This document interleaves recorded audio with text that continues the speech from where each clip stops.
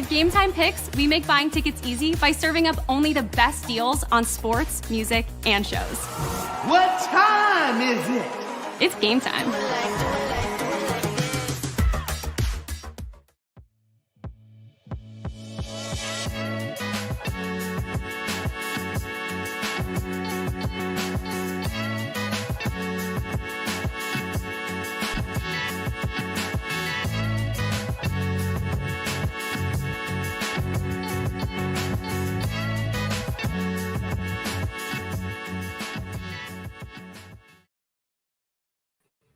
We're back again, ladies and gentlemen, just like that. 2 yesterday, right back at it again tonight, and even later than the last time, which is all good, which is why some of us napped earlier on today. What's going on again? Myself, Kyle, along with Bailey, and this time, this isn't Ryan, this isn't Neil. It's going to be Zach joining us tonight. He's our wonderful host from the Surge Cast, he's a Carolina Hurricanes host, but tonight he's got a special Colorado Avalanche jersey tonight, just for this occasion, as we're back for Game 2 between the Avalanche and the Dallas Stars. And Bailey was very bummed before we got on because I got a message from her earlier and she was like, oh my God, Landeskog is playing. And we're like, oh my God, this is crazy. And then 10, 15 minutes ago, they were like, nope. No. He officially took warm-ups. It's the first NHL warm-up that he has taken in 1,030 days. So big accomplishment there. But we did get word that it was not official if he was in the starting lineup yet. I pull up the playing roster on the NHL media site, and it has him listed on the official starting lineup, and Miles Wood is a scratch. I have picture evidence, and not even 5 minutes later, things completely flip-flop. Miles Wood is in the starting lineup tonight after missing morning skate, and Landeskog being one of the first off for morning skate. It has been a whole big, blunder, gotcha from the Colorado Avalanche. But the way that I am choosing to look at this, it is one step closer for Gabriel Landeskog, who was officially activated from injured reserve this morning. So that's which was crazy. It was just crazy because you thought, oh, he's off IR. He has to be ready to go. And then you see the video of him coming out for, like you said, Bailey, you got warm-ups. You got Megan Angeli basically saying, hey, he's italicized. He's a starter. He's on the roster. And then it's like, I told you, hey, he's starting. And then next thing you know, a minute later, never mind, scratch, Wood's back. And you're like, and then DNVR is posting a video saying like, oh, here's all these Landeskog jerseys. He's back. And then it's like, psych. Not really. It's like, no. I guess that if he were to come back in for Game 3, that's the telltale sign that Miles Wood would be out, right? That's the idea. Okay. And so the only reason this was a huge story too was Ross Colton came out of last game injured. He only took one shift that was 15 seconds long to begin, not to begin the third period, but about a minute and a half in. Okay. Did not play the rest of the third period. Was asked about it this morning. Bednar said he's not feeling great. So that left some room for some of right. But we've got all these bodies available to draw in if necessary. And once Bednar says that, everybody's like, oh crap, could this finally happen? And Landy feels good. He played 2 back-to-back games last weekend with the Colorado Eagles, said he was feeling really good after that, especially in that second game after some of that emotion had died down a little bit. And this was starting to look more and more real. You get the notification about him being activated from IR, looks more and more and more real as it goes on with the dressing photos and him playing soccer in the hallway and him officially taking warm-ups and it may not be an official thing moving forward as we get further into this series. Hopefully Ross Colton starts to feel better. Mm-hmm. But that's kind of the circumstance that arose from this. All right. Well, we'll keep an eye on it because we will have a game 3, whatever, to, hopefully do. And maybe that's going to be the night where, the roof's going to pop off. And as much as we say, and we said it on Saturday, how it's a must win going in tonight for Dallas.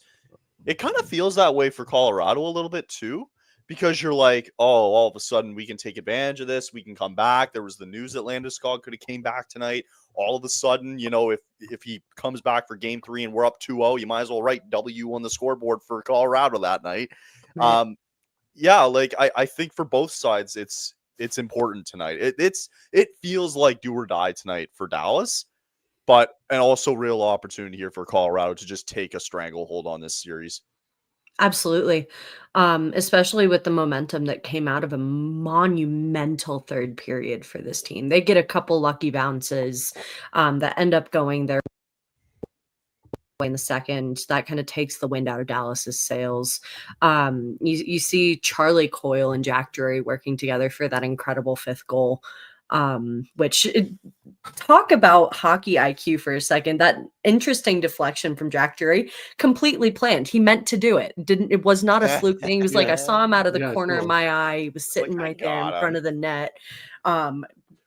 What a hockey play, if of all hockey plays. And I mentioned last stream too about Charlie Coyle being my X factor for this series too, and he proved why with that. That's just Bailey's way of saying I was right. No, I'm just saying, I thought this was, and that's incredible momentum to build off of for Colorado. Yeah. I will say tooting my own horn is nice, but brings me into my point. But no, this really is something that Colorado wants to build off of. And if you're Dallas, you're looking at last game and you're like, this is the best game that we've played in weeks. Yeah, as Coach DeBoer said. You're going into this game and you're like, this score could have been entirely different if it weren't for those 2 lucky bounces that happened in the second period. Maybe if it weren't for, us not kind of breaking down a little bit in the third, this game could have looked completely different. We know that we can play this way. We know that we can turn the tide. We know that this can be a completely different game on the scoreboard. Now they just have to go and do it. They have something to build off of with Landeskog not being in the lineup. I imagine that maybe takes some of the wind out of Colorado's sails a little bit because you're gearing up. You're like, okay, captain's coming back. It's time. We can do this. Yeah. All right. All of a sudden. Sorry. Yeah. I just say that because game is underway, by the way. Which is crazy too, for the fact you go from ESPN to now they're saying it's wait, ESPN sorry, is it ESPN or? It is ESPN tonight. Oh, well, yeah, it was supposed to be on the main channel, but they moved it to ESPNU because, of course, Montreal has to go to OT. I was just about to say that they did tie it up, didn't they? Yeah, they tied it 2-2, so now they moved it to ESPNU. But luckily, I have ESPN Plus, so it doesn't matter where it's at. I can get the game since I'm out of market. But yeah, if you're trying to watch this, they switched channels completely because of the fact that it had to go to OT. How much time did Montreal? I saw they were down 2-1. Do you know how much time was left? I think just under 3 minutes. So it was wow. Yeah, so it was so I'm a sicko, Max. I picked Montreal in 7 games. Wow, dude, that would be wild if Montreal just somehow beats the Capitals. But they you as a Hurricanes reporter should want Montreal to come out of this. Yeah. Actually, well, I know as somebody in the West, I'm looking at Montreal coming out of this. Yeah, that's right. It would be wild. I don't know. It'll be interesting how it works out. Because they did beat Carolina in the regular season series, but at the same time, you're like, it's different teams at that point too. So it'll be really interesting to see how it plays out regardless. But if the Hurricanes can just finish out this series like how they played in game 1 against Jersey, even with all the random injuries that happened in game 1, I'm sorry. I don't know what. Talk about getting your wires crossed if you're Markstrom to take out your own dude while trying to slash. I went and watched that video. I missed that during the game somehow. That's so crazy. He could tell he's going for Svechnikov's hip, and and just Glass comes in at the wrong time and takes a goalie stick right to the wrist. I'm like, How funny is that though? Like, if I'm Sheldon Keefe, I'm absolutely ripping Markstrom after that because No, if I'm the league, I'm looking at that and I'm like, obviously that this looks like intent to injure. yes. Oh, it was 100% intent to injure. Like, I'm surprised like nothing's come of it yet because you can clearly see like he's lining up for the full slash job right at the hip. And I understand too, as goalies, you get very protective of your crease. You give guys. He wasn't even the crease though. He was like a good he was few outside feet of out. the crease. But that's what I'm saying is sometimes goalies get a little protective of their crease. They start doing things in front of them, and they get a little pushy, like, "Hey, get out of my space. You're getting a little close, whatever." That just seemed. Oh, hello. Sorry. What do we miss? Hit it center ice. Where are you guys at? Because I'm at 18-20. Ottinger just. I'm having technical difficulties because I have too many devices like thing that happened to me. So I'm like, what do I do? Marchment just laid Sam Girard down at center ice. I'm looking at look at the replay. They just made the save. Now they're doing a second angle of the Nikishin shot. So I don't want a promo code. Go away. Nikishin. Just trying to fix this. All right. Devices. Oh my god. Thank you. Nichushkin. Sorry. It's been a long day. Carolina Hurricanes mode. Hey, you know what? I'm sorry. Yeah. I mean, sorry. hey, when a guy comes in like that and brings the boom, how can you not be excited? All right, bring the boom. All right, 18-16 is where I'm at right now. I don't know about you guys. So if I'm ahead, I won't say anything. I don't know yet. Where are you at, Bailey? I'm at 8:05. I'm at. Yeah. Me actually watching Montreal and Washington. I'm at 18. I just hit 18, so a little like maybe about 2 seconds. Hey, all right. There you go, We're Kyle. golden. I got 17:37 and counting. Oh, how are you so far ahead? Dude? I don't know. Normally, I'm the one that's behind. This is how it worked on Saturday too. He was all ahead. It's his. Oh, I know. Yeah. Whenever I did it with Neil, he was like literally a minute and a half ahead of me all the time. Yeah, you're about like 17 seconds ahead of where we're at too. So, here I can pause it. No, it's fine. Okay, I won't spoil anything. I mean, I had to rock the Forsberg tonight. I had to rock the Forsberg jersey. Ooh. No goals or anything, but fisticuffs. I love when that happens. I'm stuck at 17-12. What's happening? Oh, I just got there. Oh, yeah, there it is. Fight. Oh, it's Jack Drury. Jack Drury too. Against Blackwell. That's cute. Yeah. Not for Drury, for Blackwell. For Blackwell, that's cute. That's cute. Oh, Jack Drury is not afraid to throw hands. Donnell's back. Hello, friend. No, they have Bang Guy back. They got him out of prison. Hi, Donnell. Did I not tell you? I told you guys this on Saturday. Oh, Bang Guy. Oh, yeah. Yep. Yeah. I told Bailey. I like how he's holding the sign upside down too. Like, it wasn't even right. Zach, okay. Very quick. I didn't tell Zach the story, but I talked to him close to the end of the last hockey season, like during the playoffs, because he reached out wanting to join. And I was like, oh yeah, maybe we'll see. And then all of a sudden it turns out that, he was an interesting person. And then it turns out he missed a court appearance for like some DUI, and then he got sent to jail for a few months. What a pass. Wow. What a pass, Mac. Well, Kyle, I guess you kind of dodged something there. Like, jeez. Bilesma, by the way, got canceled. Yeah. I never really Andrew's back. What's going on, Andrew? I never really understood that. Like, if you're talking about a young group, like Bilesma, well, it's just weird. It's for me. It's hard to judge off of 1 year. For me, well, yeah, because how many coaches have they gone through now already? Because they had, Bilesma was fine. It's just the coach they had before him wasn't a good idea because he was never good with the youth group. Yeah, that's right. He was a former Flyers coach. I forget what his name is. Connor's back. What's going on, Connor? Your general manager for the Canucks had some interesting comments today. Oh, we'll talk. Oh I'll my definitely got to God. talk We'll, about that. we'll get into it. Yeah. But yeah. So whoever it was before Bilesma, like he was not really a great coach, and then it's like now you go to Bilesma for a year, and then like now he's gone. It's like Seattle's gone through what 2 head coaches in 3 seasons. I think so.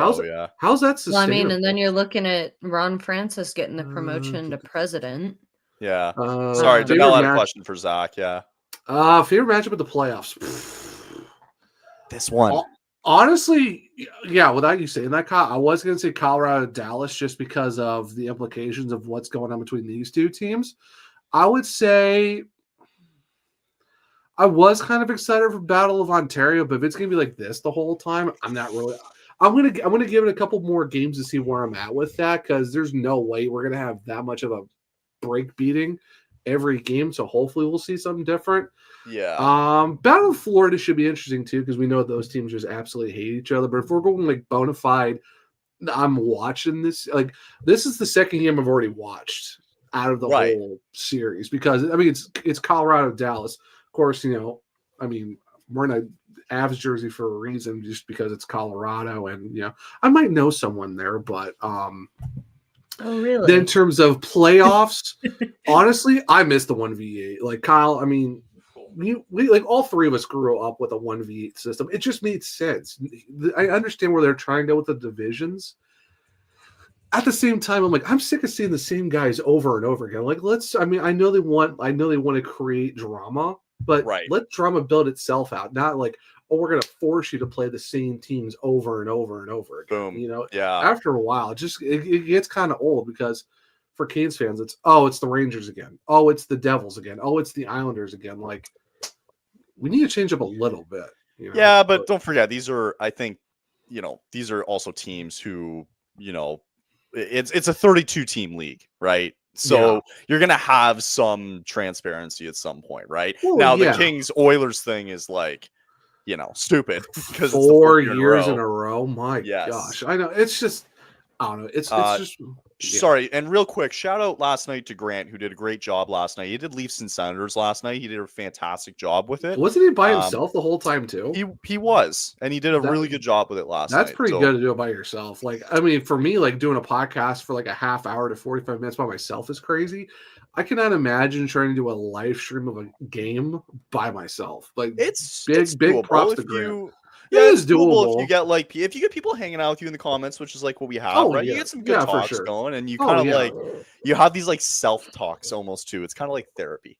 Yeah, very true. It's definitely that, doable, and there's nobody to sit and control you if and bring you back if you're going off on a tangent. Kyle, it's a free for all. Kyle, couldn't be me. Couldn't be me. Shut up, Kyle. But no, we can't say that because Kat is not here.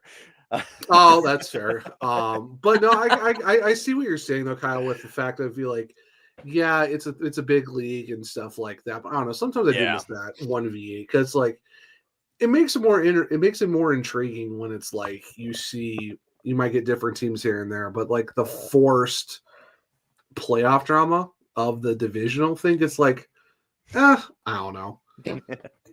I see both sides, but at the same time, it's like, I don't know. It would be nice to see someone different. But I think if we did the 1v8, I think the Canes would have gotten Tampa round 1 if my East seedings are correct. Because I think we finished 3rd.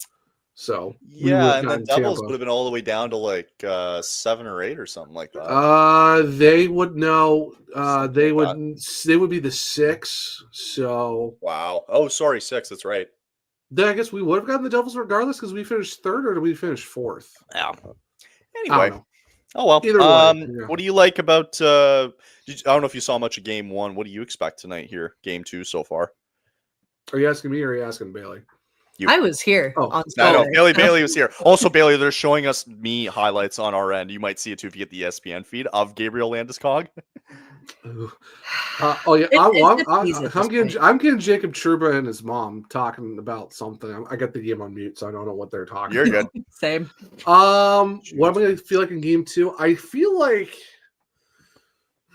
with the fact of Colorado scoring those 2 goals like their first two were like kind of weird playoff type goals where you're like, they're just floaters. So you're like, of course those would go in. But I don't know. I mean, yeah, I know DeBoer said Dallas played their best game in a while, but I just feel like when you look at Colorado, it's just something about the been there, done that longer than Dallas has. Because I know Dallas kind of recently has, because I know last year they went to the conference final, but some of the Colorado team, just like you feel that there's something a little bit different for these guys. And when you look at like their depth too on the forwards and the defense, I don't know. It's just something about it. It's true. It gives me like Colorado has just that it factor of them. I don't know. That's kind of how I feel about it. It's just I've picked Colorado to win this series, even regardless of, because you knew for a while it's probably going to be these two teams before the Rantanen thing. Like you can never really count out Colorado in the first round, no matter who they're playing against. So it's funny. Like it's for a good reason here. I'm bringing up the Flames again with Craig Conroy, but Neil's not here. Neil's not here. You can say whatever you want, Kyle. Well, I know, I'm crazy. No, but it was funny because Craig Conroy was talking about like, we want to add some speed, in the offseason here, and he directly related it to Colorado, for example, right? Like when you've talked about the 3-on-3s, and he brought up like, we were just sitting there watching game 1 last night, and we were just astonished by how they were completely outspeeding these guys, more specifically in that third period. And I thought, like, looking back on it and looking at the highlights, it was just kind of like, whoa, you're right. Yeah. Well, that's the thing that I think that gives Carolina a little bit of a boost too, is we have a final, by the way, in Winnipeg. I'm not surprised that the Jets are up 2-0. I mean, they're going to be a tough team to beat, but yeah, going back to we're talking about speed, because you look at Carolina, you look at Sheffield's got speed, Robinson, Roslovic, Jarvis, like there's a bunch of guys who have speed, and I think that's what kind of helps a lot of these Stankoven. Gosh, yeah, I think about Stankoven too. And then, I mean, Blake's got speed, Aho. It's like you look at some of these rosters, and I think what helps is, yeah, you want to have like those guys that will throw bodies, but I think if you have speed on top of that, I think it goes a long way, especially when we're trying to balance out some lines with guys who can hit, guys who can score, guys who can facilitate passes, speed and stuff like that. So there's a lot of like nuances to finding the right trio of forward guys. And if you have defense, that helps too. So. I'm going to break in here. We got a Colorado power play coming up here. It's going to be Mason Marchment going to the box here for tripping here. So the Avalanche get an early power play here in the first. Oh, okay. I'm at 12. I didn't see the hand go up, so I was about to sit there and make a comment. Like, they're not calling that? That's on Miles Wood, right? Yeah, it's on Miles Wood. Mm-hmm. Oh, and then a nice little cheap shot afterwards. But that's so pissy on Marchment because he got beat on the outside. Like, you just got outsped and then you tripped him. Like, what are you doing? I love Marchment's just like, what the hell? Like, what the heck? I'm so far behind you guys. I haven't even seen the penalty yet. Really? I'm at 11:47. How are you so far behind? That is a good question. I couldn't tell you. We were literally just synced up by like 2 seconds. 2 seconds. You were like, yeah. Well, okay, now I finally got the call. All right, we've got an update from the scoreboard. Oh, I'm not looking. I'm gonna assume though that it's gonna be Colorado here. Nathan McKinnon. Sorry, Zach. Hey, it's fine. I don't know. I'm gonna try to reboot my ESPN thing because I don't know why it's like, because I'm Nathan just getting McKinnon from. I got the ref doing the motion. Oh, they just show Landeskog just like sitting in his suite going, yes. Okay. Nathan McKinnon from his office near the Faceoff dot.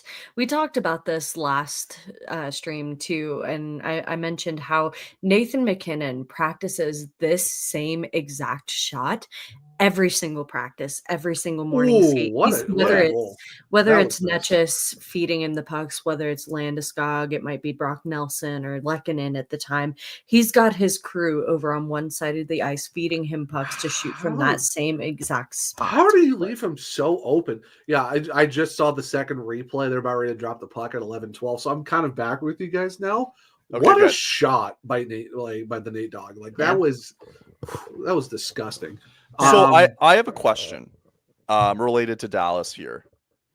if they end up losing this series in any sort of fashion here, does Pete DeBoer get fired? I don't think so.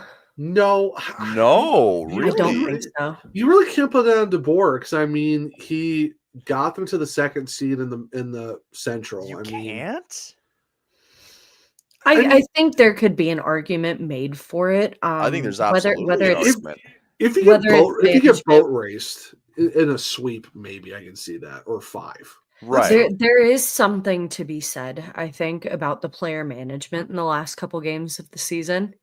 That especially that last game where you lose Jason Robertson in a game that really, we've got our resident Canes podcaster here. It reminds me very similarly to the situation that Jesper Fast was put into. Yes. It's very reminiscent of that same situation, which I hate to say, but I think sorry Jackets fans, like, yes, take care of your own business. Like it sucks that we had to rest a lot. Well, I mean, it sucks you didn't get in, but we have to rest our guys. It's like Bailey said, we lost Fost in game 52, and he still hasn't played a game. Kyle, like he's been out since like game 82 of last season. Mm-hmm. It's unbelievable. But yeah, sorry, Bailey. Yeah. But you lose Robertson, like that's huge. It is huge, and we haven't even talked. And even Heiskanen, like that's. Even Ovi just won it for Washington, by the way. Because of course. Damn it. But yes. No, and I think that's one of the bigger arguments to be made is player management in this situation. I don't think there's much. There is something to be said if Rantanen can't get going. He had 3 shots on goal in game 1.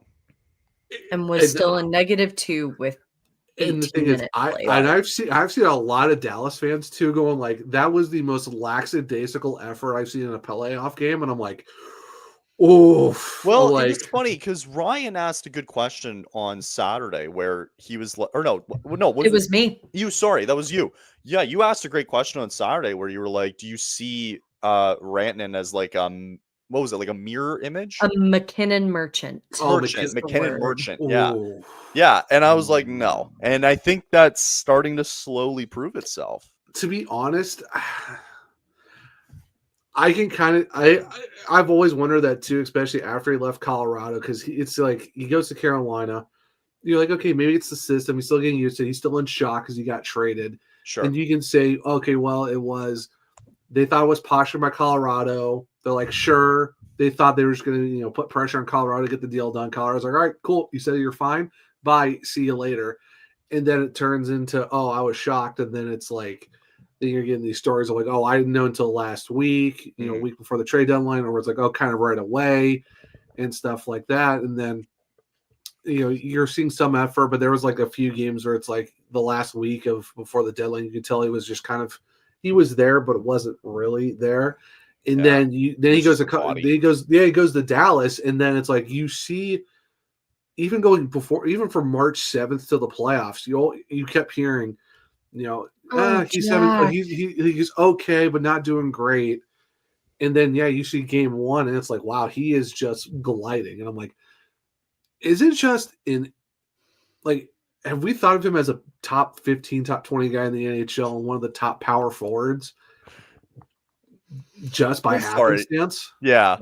And the biggest reason why I brought that up is I think you play enough with one guy, you start to learn his habits.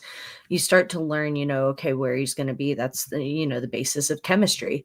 And I think that's kind of what happened with McKinnon and Rantanen, because Rantanen wasn't really known as, a super fast guy. On the ice. He wasn't really known as the guy who's gonna, make those quick strides like McKinnon does or Netchus does up the ice. But he's that guy who's going to be planted on the blue line. As soon as that puck gets brought into the zone, he's finding his spot on the bumper or on his side of the ice, and he's going. His guys know where he's going to be. to shoot it, or he knows where he's going to move. They know where he's going to move to get the puck and create space and shoot it. And I think, you go to these other teams where you don't know the guys as well. Maybe you've got a best friend in Sebastian Aho in Carolina, or maybe some of the other Finnish guys when you get to Dallas.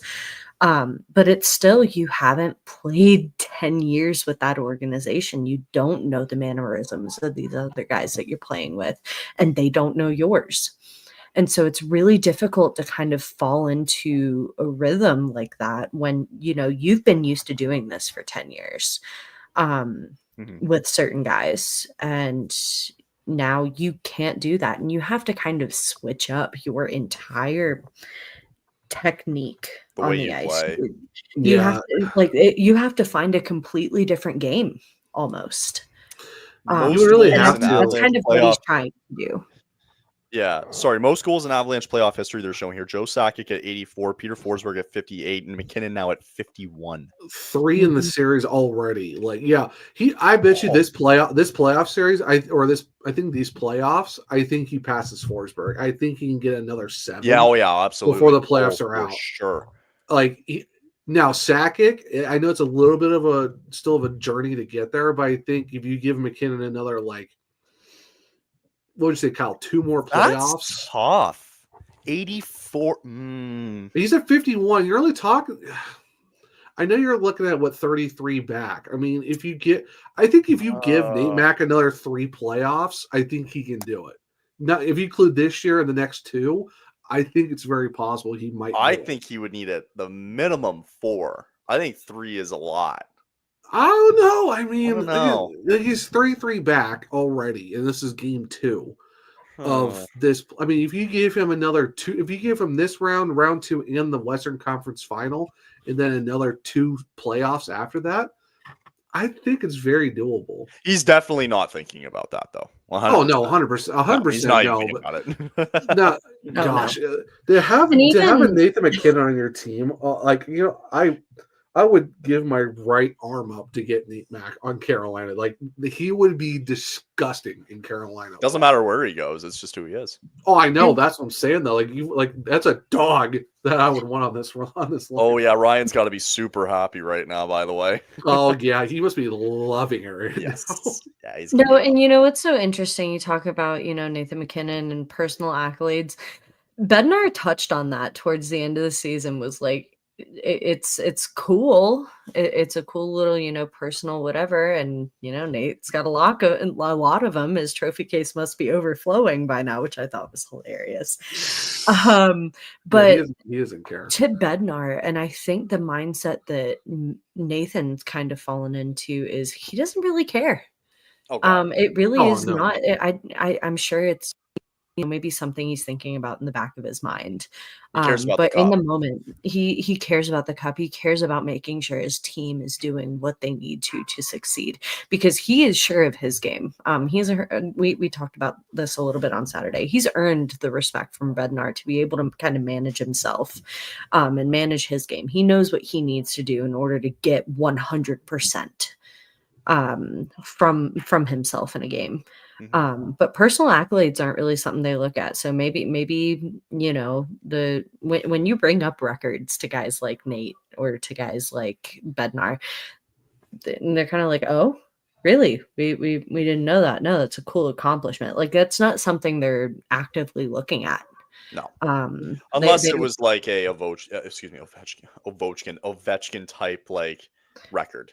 Gretzky's records, that's a completely different story. Oh, absolutely. But when it comes to, records and, milestones and things like that, even when Netch's notched his 200th assist, we brought it up and he's like, oh, no, that's cool. Great accomplishment for him.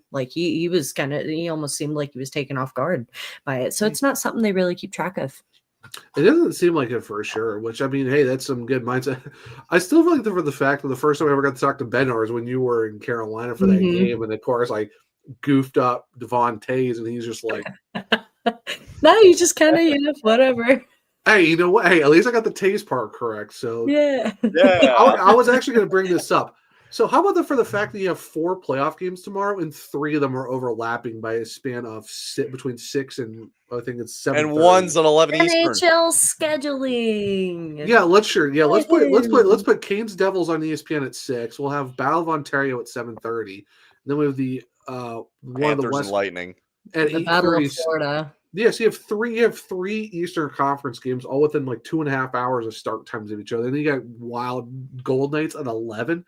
Like if you're an East Coaster of those 2 teams, yeah, have fun watching that game. Like even in Minnesota, that's a 10 o'clock start. That's insane. West After Dark. Oh gosh, definitely some of this has to do with the overlapping though of the NBA playoffs, correct? Oh, absolutely. The funny part is fighting for airtime.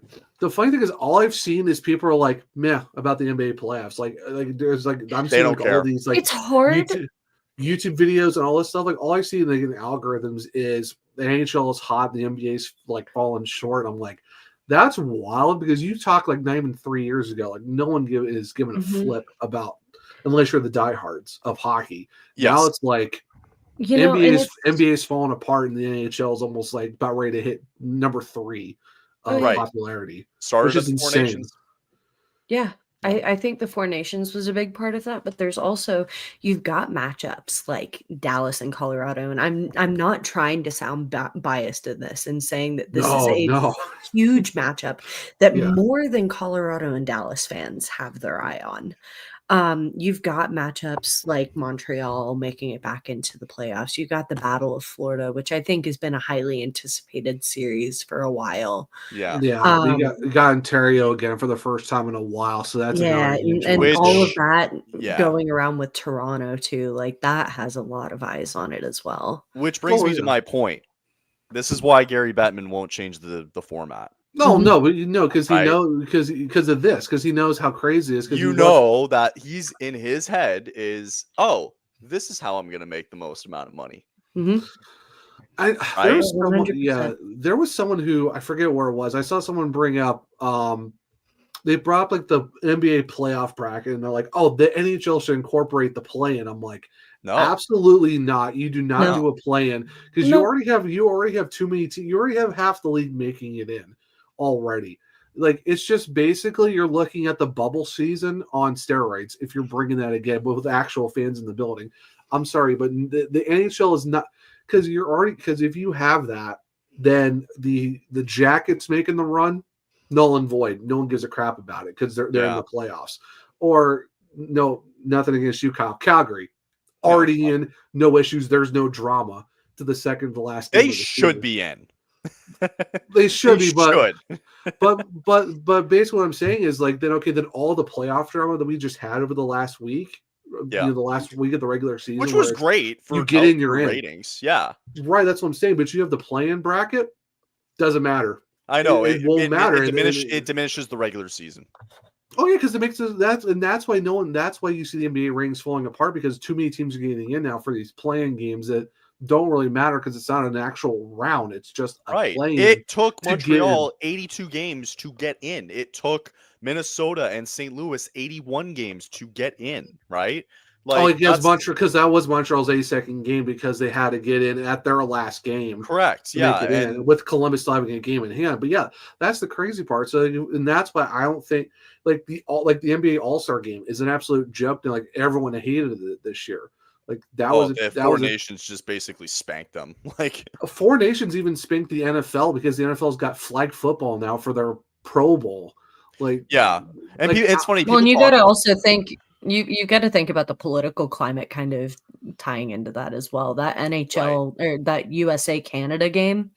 100%. Insane. Yeah, then that's and if you think about it, it probably would.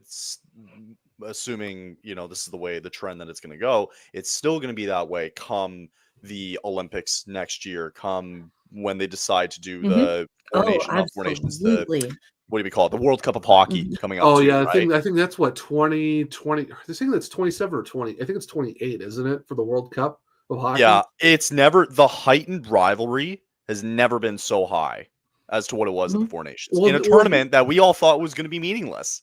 right? Yeah, those guys took it. So, and then, like you said, Kyle, you got the Olympics next year. So there's once again no All-Star game because now you got the Olympics to worry about for a couple weeks. So there's a longer stretch of no NHL games, but you got the Olympics.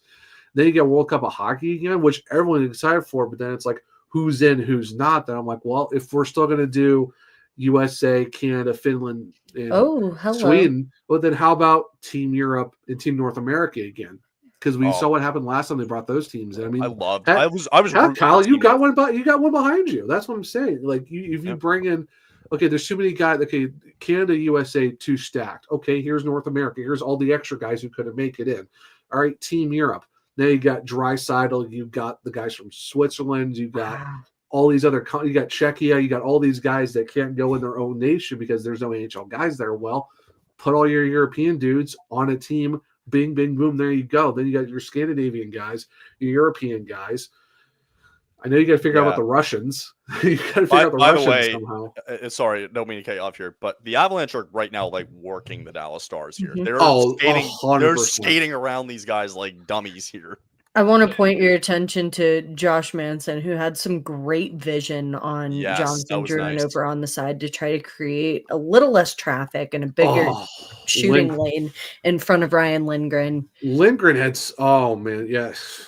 A little bit higher, I think you would have gotten Ottinger, but just it's almost like right into his glove. Like, and you know, those are the kind of plays you want to look for too, because obviously having a little bit of time or of traffic to screen Ottinger is nice, but when you can try to create those free shooting lanes, give your guy a little bit more real estate to work with, I think is huge, especially when you're looking at defensemen. Yeah. Yeah, no, especially for that. Like Colorado 409 in time on in ozone possession, and Dallas only has like 228. Like they're almost 2 full minutes ahead of ozone time. Yeah, like you said, Kyle, that's working those guys because there's no way you should be double your time. And it's the first period. Like you're getting absolutely dog walked right now. Oh, God, Nichushkin, what are you doing there, buddy? Oh, and Dallas on the power play. Let's see here. See, now you're ahead of me, Zach. Yeah. Well, I'm also kind of cheating by the Yahoo Fantasy thing that I'm on the screen. So I'm watching the game, but also kind of cheating on the main screen because I'm at 238 right now. So they're going to have over 2 minutes here of a power play. This is very important for Dallas. Oh, LA, Edmonton also started. I think this is probably the best year that LA has a shot of knocking out Edmonton. I think they have a real chance of getting to the conference final this year. I literally called it at the beginning of the season. I'm like, LA's going to miss the playoffs. They're frauds. How'd that work out? How'd that work out for you? Not fantastic. Yeah, not. Let me pull up my. I actually did a bracket. Yeah, so I have Winnipeg and the LA in the conference final for the West, and I have Florida, Carolina in the East. I've got Florida, Colorado Stanley Cup final. I have Winnipeg, Carolina in the final. I want to go Colorado, but I didn't want to do it at the Bailey. It's going to be that matchup. I've told you in the past, Zach, has been the stuff of my nightmares. Oh, I know. That has not changed. Oh, I know. I know. But it will give you a reason to come back to Carolina for a cup final. But yes, that would be absolutely if I can get a place to stay. I'll promise this to you guys. If I can get a place to stay with Kat or some friends of mine, I will absolutely come to Carolina for a Colorado-Carolina final. I mean, I'll make it happen. Sense. It would only make sense, but I mean, that would be. It's okay. I'll just cry on my end over here. It's fine. It's okay, Kyle. I know. Well, okay. if I lived in Raleigh, Kyle, you have a place to stay. If I was out there, you would be. I appreciate it. I got you. I'm about 3.5 hours away now, so it might be a little bit of a drive. But hey, listen, I'm 3.5 hours away from Toronto, and I still feel like I'm not far away enough. I mean that's fair. I mean, it's You know. Oh, that goes, okay. I got a All minute right. left here in the first. I'm at 122. It So looks not like as we've bad. got a score update per the No, I'm not looking. No, LA. No, LA scored. Oh, The okay, good. The Kings are up. Great patience by And- Ben here, all wide open for Sagan. Oh, Wow, what Tyler Sagan? Oh, that's the one. Like, if you're Colorado, man, that's the one thing you can't do is like you give them life. oh Mhm. yeah. You can't leave Sagan That's open like that. that's the kind of situation that takes the wind out of sails is a late period goal like 53 this. seconds left. Yo, how do you leave him wide open? It was after the power play too. That's the one. It's okay. That one's not really on Blackwood either. You got three guys just staring at the puck, and all of them just standing. Oh in yeah, front of the net. that's what I'm saying. Like how do you leave Sagan all Yeah, over? see, Yeah. and I'll sit here and give kudos to Dallas Oh. there and drawing defense away from Sagan like that. So That's it's Lindgren and who else? 62 and I didn't get a chance Manson. to see. So yeah, it's it's gonna Manson. be, Oh, Lehkonen. That's 62. That's going to be Lehkonen and Oh, 42 Manson. Yeah, Manson, Lehkonen, and Right. Lindgren are all just kind of twisted around like that. That's tough. Which dude. you look at the similarity between the two goals that have happened. Yeah, Yes. based on Colorado face-off has an circle. opportunity to pull. Oh, breakaway. Colorado has an opportunity to pull Dallas's defense away from McKinnon. McKinnon scores. Good What a chance great there job, for Dallas. Blackwood. And Dallas ended up doing the same thing to Colorado's defense. So That's Yeah, like, oh man, that's got to be a tough way to end the period here because like you've got all the momentum here and you just gave them life, right? Mhm. Like you just gave it to them, really. oh yeah. So if you're Colorado here going into this second period, like you have to kind of remind yourselves, like, listen, we frankly dominated them for the first 20 minutes. You just kind of gave them any sort of room here to give themselves the most confidence, and they're going to be the ones coming out of the second period feeling more confident. Absolutely. 100%. Especially again with a late period goal too. Like that's it might have been a different story if you give that goal up maybe 5 minutes, 7 minutes earlier. Yes. To give it away late like that and just kind of sit on that Right. makes this a little, I think, tougher for that Avalanche locker room. So what I will say, and I want to bring attention to that we went 30 minutes on Saturday without seeing a single goal from either of these teams. We go into the second period with a tie game. 1-1. Yeah. And so I think there's things that both teams can be really, really happy with during this period. Obviously, Colorado or Dallas kind of dominated the first, I want to say 25, 30 minutes. You could even be as bold as to say 40 last game. I really do think they had an incredible game, and those two bounces just kind of defeated them and deflated them a little bit. Here, I think things are very even keel. I really do think both teams are playing really well. You've got two different situations where, you're seeing the low points of these teams. You see Colorado absolutely dominating in their zone and laying it on Oettinger, which is exactly what you want to see. But you're seeing similar situations and really good chances from Dallas on the other side of things as well. You see two very similar goals on both sides of things. You've got one of the top guys from each team finding themselves alone, finding a lane and taking advantage of it. But I do think there's a big message to be given by Jared Bednar and the leadership group in that locker room and saying, you guys were playing a great game. Don't let this kind of take you down. You got it. 100%. Cool. I do have natural stat trick pulled up if you guys want to hear some juicy news. Also too, I just watched Andrei Kuzmenko score for the Kings. Nice. We'd love to see it. Connor This thing sucks. Well, I hate to tell you, brother, Andrei Shevchikov is not a center. No, he's a And winger. also not for sale as of right now. Can we table this? Because I really got to go to the bathroom. Yeah. Well, Okay. oh yeah. Well, I'll do the Nugs when we get back then. Yes. Okay. Let's table this. I got to go to the bathroom, and we'll come back 1-1 after one. Zach will bring something up after. We'll be back in 3 minutes. Okay.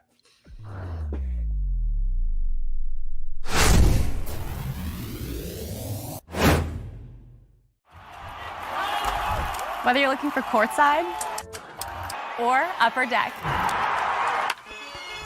opening day or opening night, comedy or concerts.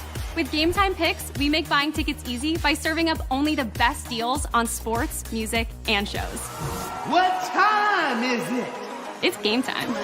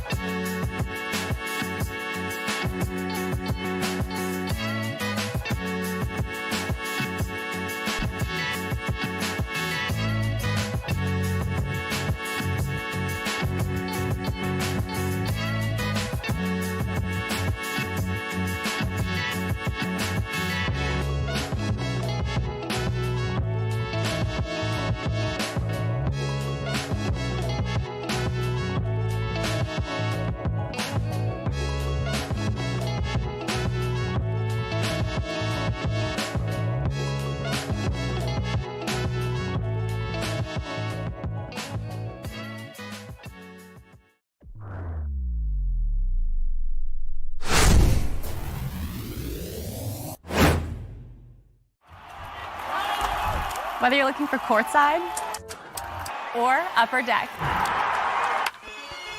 opening day or opening night, comedy or concerts. With Game Time Picks, we make buying tickets easy by serving up only the best deals on sports, music, and shows. What time is it? It's game time.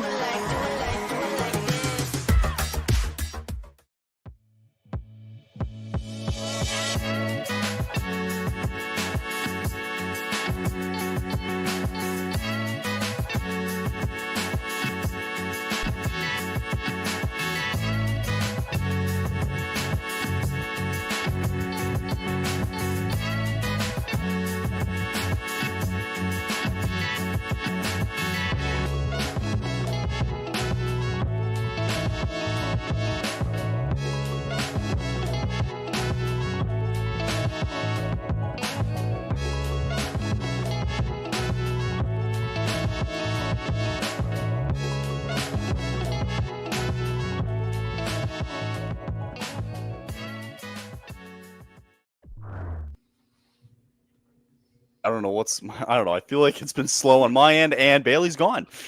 No, I'm here. There she is. All right. We're just back like- here. You're like, huh? I'm back. I've been summoned. First intermission. You've been summoned. First intermission here, 1-1 between the Avalanche and the Stars here. Zach, you were going to show us something. Oh, yes. So we got some stats from Nashville Stat Trick. High danger chances for and against. How about 2 and 2 for each side? So we will say it's a little bit even on that side of things. But here's the interesting part. When you look at the lines that are rolling together, Dallas, for the most part, the only line that's actually been working for them so far, it's the back Steele and Blackwell line. 5 chances for to 2 against. And they've had more shots, 3 against their 2. But here's the crazy part. They've only played 3 minutes and 4 seconds together. Basically, Wow. the Ben Johnson-Rantanen line, 4 chances for against, but shots for, though. 1 shot for, 3 against.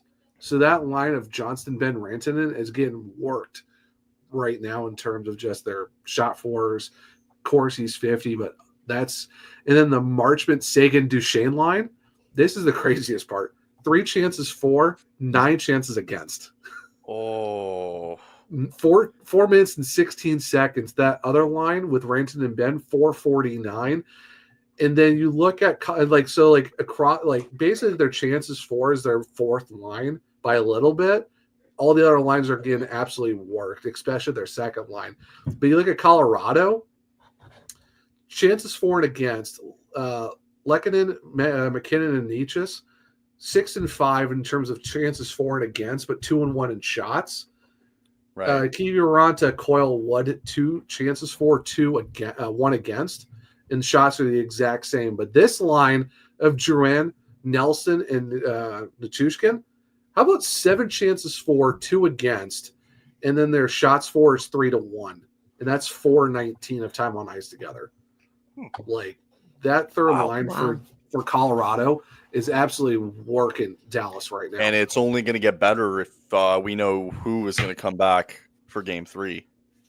Yeah, that like I said, like there's like no stats for their fourth line. Like in terms of just of Colorado, they're only working 3 lines right now, and their third group is absolutely killing it. Like 77.7 in Corsi 4 for the Drouin line, 66.6 in Corsi 4 for the Coyle line, then 54.55.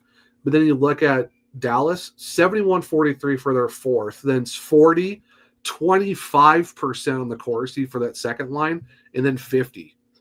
Like that line of Duchesne, Sagan, Marchment are getting absolutely worked, and that first line's barely making through. But like I said, their shots for percentage 25%. Like I also want to bring this game seems attention. close, but Colorado's all over them right now in terms of the advanced stats. Want to also bring your attention to Charlie Coyle. You talk about that third line working right now. Coyle's currently 5 for 5 in the faceoff dot. Perfect 100% on faceoffs. The next best, I'm not going to count Drew in because he's only taken 1, but Nathan McKinnon's is a solid 7 out of 10. Wow. For his faceoffs. Yeah, like you look at it on the other insane, side of things. We're looking at Rope Hintz, who's taken 4, has only won 1 of them. Wyatt Johnson, who is a perfect 50 on 4 faceoffs taken, so 2 out of 4. And then Tyler Sagan, who has won 3 out of 5. So he has the only positive stat in the faceoff dot. Interesting.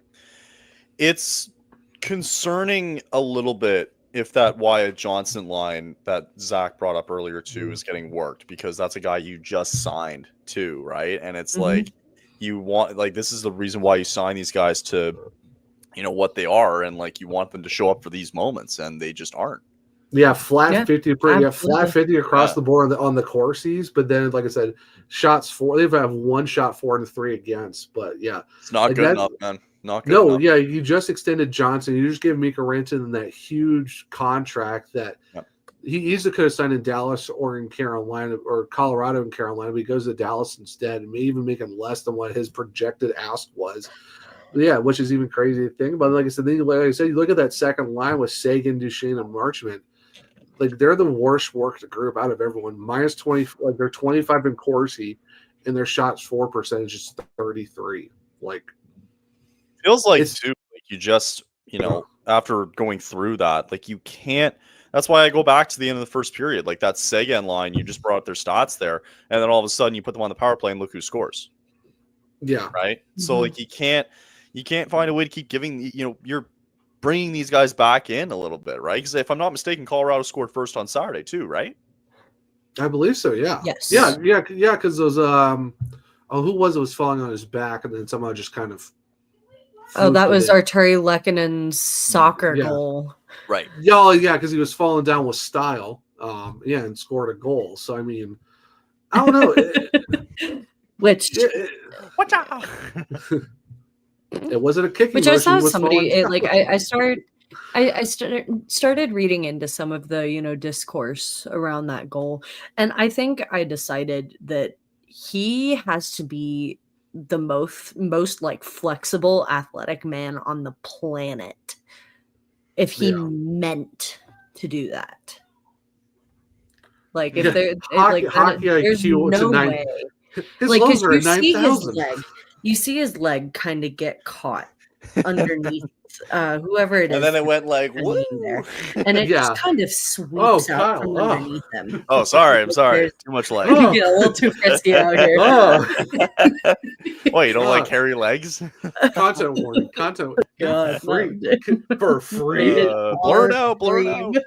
For free. No, Yeah. but I really do think the sweeping motion, there's zero intention behind No, that there, I goal. mean, That is a that's guy just one of falling those. down. The puck is in It's the fluke. right place at the right time. It manages to move top shelf. Like that's gonna go on like that NHL Weird compilation they put out every week. Yeah, that's gonna be on the NHL Weird thing for sure. Yeah. I want to get your opinion, Bailey, because RJ brought it up. Zakar Oh, Bartikov. sorry. Yeah. So I've seen it. So I forget who it was. I think it was Anya. She's around Kane's Twitter a lot because we have a ton of Russians, but she does a lot of like translations and stuff of like Russian content and with subtitles for English. And she actually and she showed a video of Bartikov, and it was him kissing his stick, and everyone's like, "Why is he doing that?" His daughter's name is actually on the stick. So every time he scores, he kisses the stick where his daughter's name is. I'm like, that's really cool. Okay, yeah, that guy. Okay, I hope that guy does well. That's really beautiful. But I want to get your thoughts on that though. 1 year. I mean, it's a 1 year deal, but I decent think amount of money. So. I was gonna say I think it's a safe deal for Colorado. Well, I mean, yeah. You have a lot of depth returning to the lineup next year. And I think this is a safe bet to develop your guy. You've got a guy who is fresh out of the KHL. He's probably not going to draw anywhere close to this Avs roster where it's at currently. There's a lot of black aces that I think should the Colorado Eagles get bounced out of the AHL playoffs, might get the call up and aren't going to even sniff a lineup spot just because of how deep this team is. But I think even be in Colorado because you're going to be around a lot of the other Russian guys that are in Colorado. So it's like, hey, be a black ace, just come in, learn the system, and, absolutely be around your countrymen. And you never know. I think that'll help you. Yeah. Oh, absolutely. But this again, I need to do a little bit more homework on him. Personally, so I don't want to say too much in being unprepared and get things wrong. What I do know is this was always the plan for him, was to play 1 more year in the KHL and then come over to North America. Or at least that's the rumor. So this was always the plan, to come over and officially kind of take that next step into pursuing his career.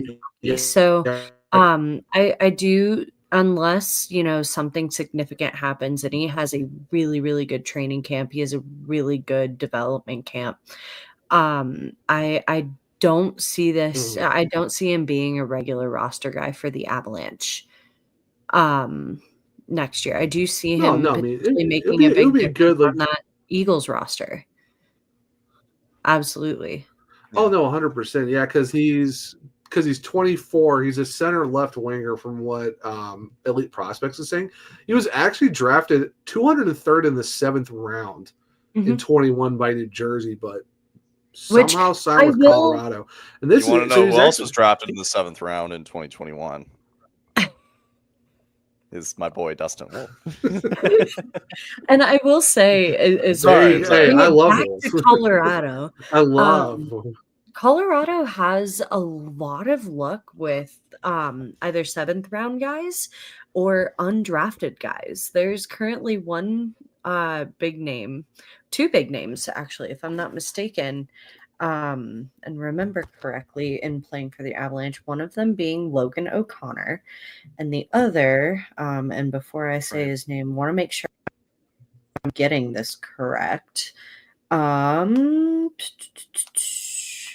was undrafted. Yeah, Sam Malinsky, who earned himself a spot on the roster in the regular season. He's not currently in the lineup for this game, but he made a pretty big splash. I was going to say, wait, before I say that. So real quick, so he was actually also Bartikov was actually an alternate captain for SKA St. Petersburg this season. How about a pop-off here for this guy? 17 goals, 18 assists, or 35 points in 53 games, and in the playoffs, he only had 2 points in 6 games. But comparatively speaking to where the last two, last season he had 12 points in 51 games, and then in 22-23 he had 18 points in 42 games.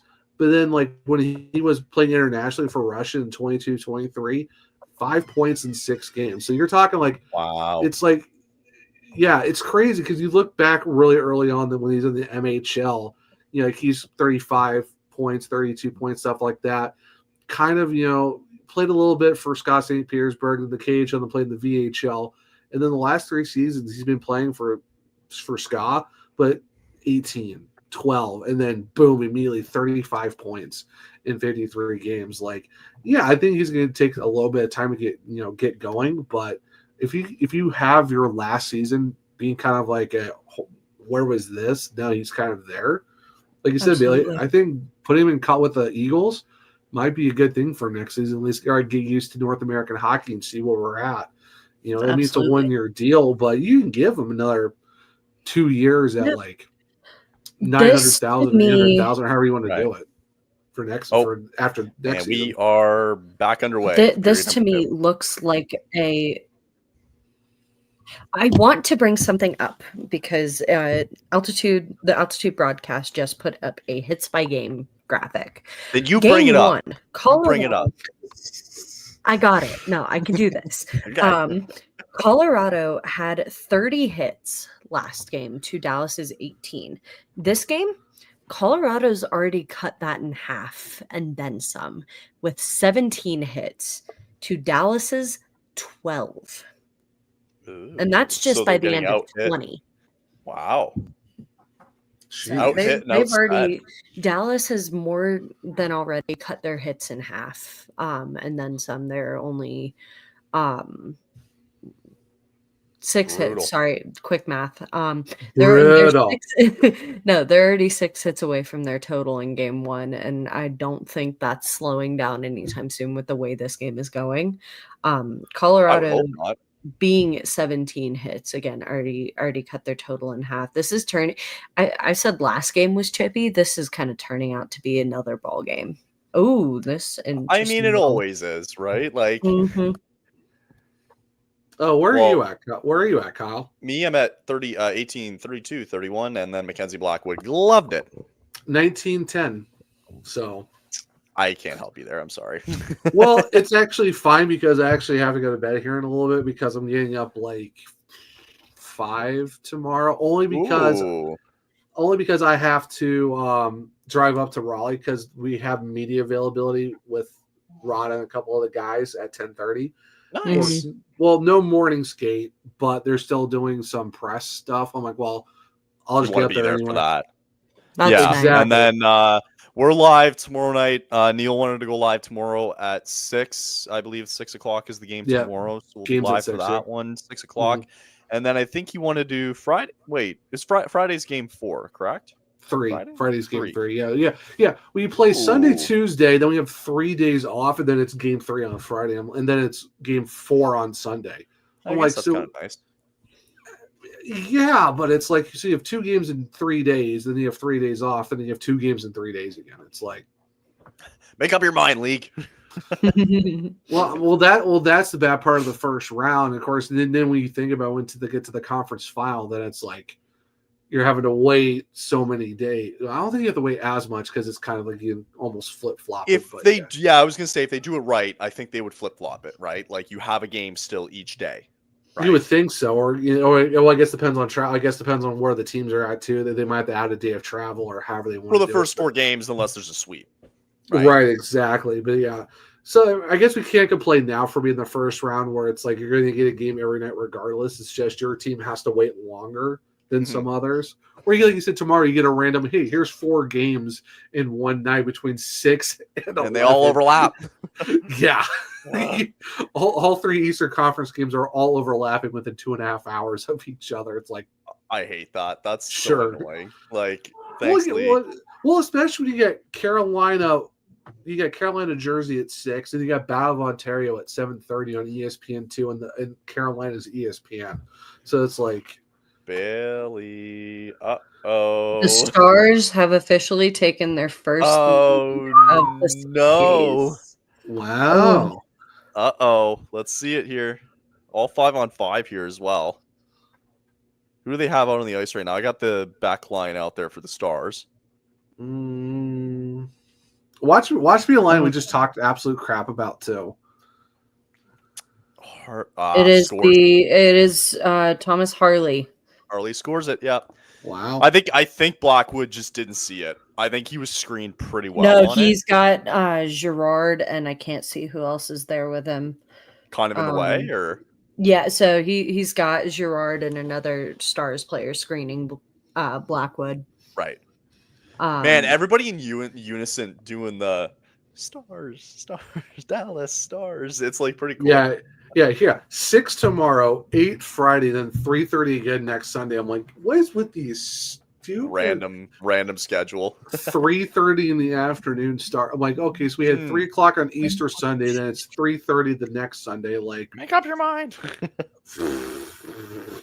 Whatever. Well, I knew we were going to get the bad slate of games because, I mean, no one's giving, like, okay, outside of Carolina and New Jersey, who's giving a hoot about that series? Nobody. That's like, nobody cares. And I'm not upset about it. I'm not even mad at you about that, Kyle, because let's be honest, that's not one of the key matchups. It's Ontario, Ontario. It's Florida. Who cares about Ontario? Oh my gosh. Oh my gosh. Whoa, hello. Okay. I'm late. Well, I'm late too, but I just saw the Yahoo thing. To be frank, guys, like for the whole playoffs, the scoreboard's always going to beat us here. Like that's just how it is. Oh my god, what a rush goal! That's Jonathan. No, that's Jack Drury. Jack Drury evens it up. Drury rushed it away here. O'Connor. What? Both guys. Where is he? Scores. Oh man! What a response too. You know, we were just talking about Colorado's luck with undrafted prospects. Think about who picked up that puck along the boards, finding Jack right in the slot. None other than Logan O'Connor. And you just did talk about him. You did just talk about him too, right? Yeah, Logan O'Connor, who's had some incredible success here in Colorado. Oh, Kyle. Creates that play for the assist against the boards. Finds Jack Drury. What a goal to even things up early here in the second. Love it. Stewart was a fraud last year too. He just got lucky at the right time. In fact, the whole team. Quentin Byfield just scored for the Kings. Quentin Byfield. I had the pleasure of watching Byfield in his junior career. I'm so happy he's finally taken his next step. It did take him a little bit too. It took him a while. This kid dominated the OHL. He was so fast and he's so quick. He was like a mini version of McDavid almost. So I'm glad to see like he's finally like taking the next step. For sure. You know what's crazy with the OV goal? That was his first playoff OT winner. Yeah, they showed the graphic where it was like that's Ovechkin and PK Subban because they're the hosts, and then Mark Messier has never had a playoff overtime goal, which is crazy to think. That's crazy too. Wait, you said that's Ovi's first OT goal? It is in the playoffs. Yeah, that was his first OT playoff goal. Like that's bonkers. Like it is bonkers. What? Like this guy's been around for how long, and that was his first OT playoff winner. Like how many OTs have they been in that he has never done it? Quite a lot. Also, not to sound obsessed, but somebody just earned a -1 on Jack Drury's goal, none other than former Colorado Avalanche Mikko Rantanen. Oh, did we ever find out? Cannot happen to a better guy. Did we ever find out who, like, because you know when the Masters comes around, they all do like the plus minus for hockey, like at the end of the year. Who ended up winning in the negatives for the plus minus this year? Do we know? Was it Bedard? Let me look, Kyle. Look it up. I'm curious who won that. Oh yeah. Who got it? How'd you already get it that fast? I hold on, I'm getting it. McKinnon had a wide open net here, by the way. Delayed penalty coming up here. Hold on. Okay, no playoffs, regular season. Hold on. All right, plus minus. Yeah. Oh, Ryan McDonough plus 43. No, Mason Lohrei minus 43. Yikes.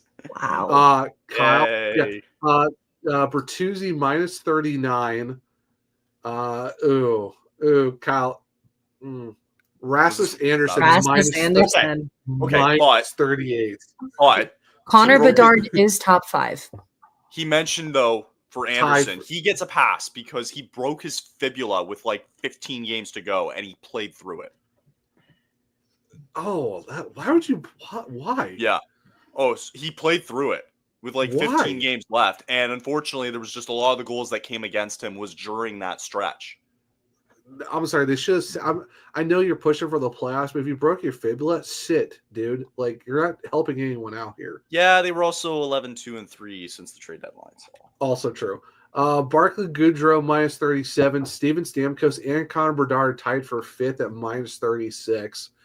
Jamie Drysdale minus 32. Dellandrea and Celebrini both at minus 31. And then Jonathan Marchessault minus 29.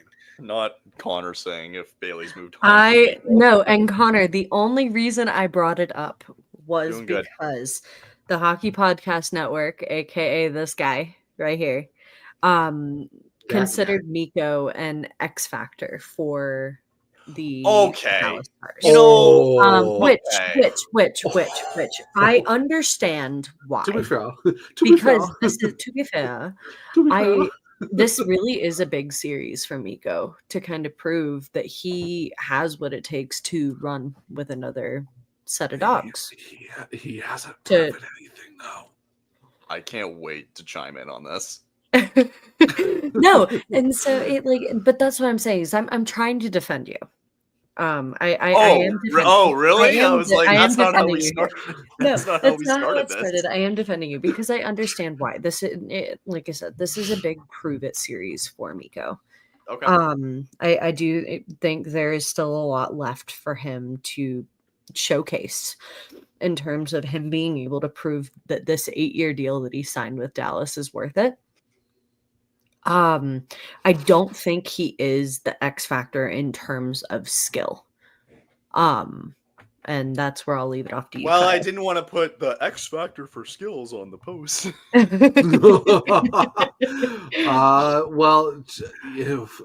By the way, Colorado power play. By the way, if we missed it, because of course.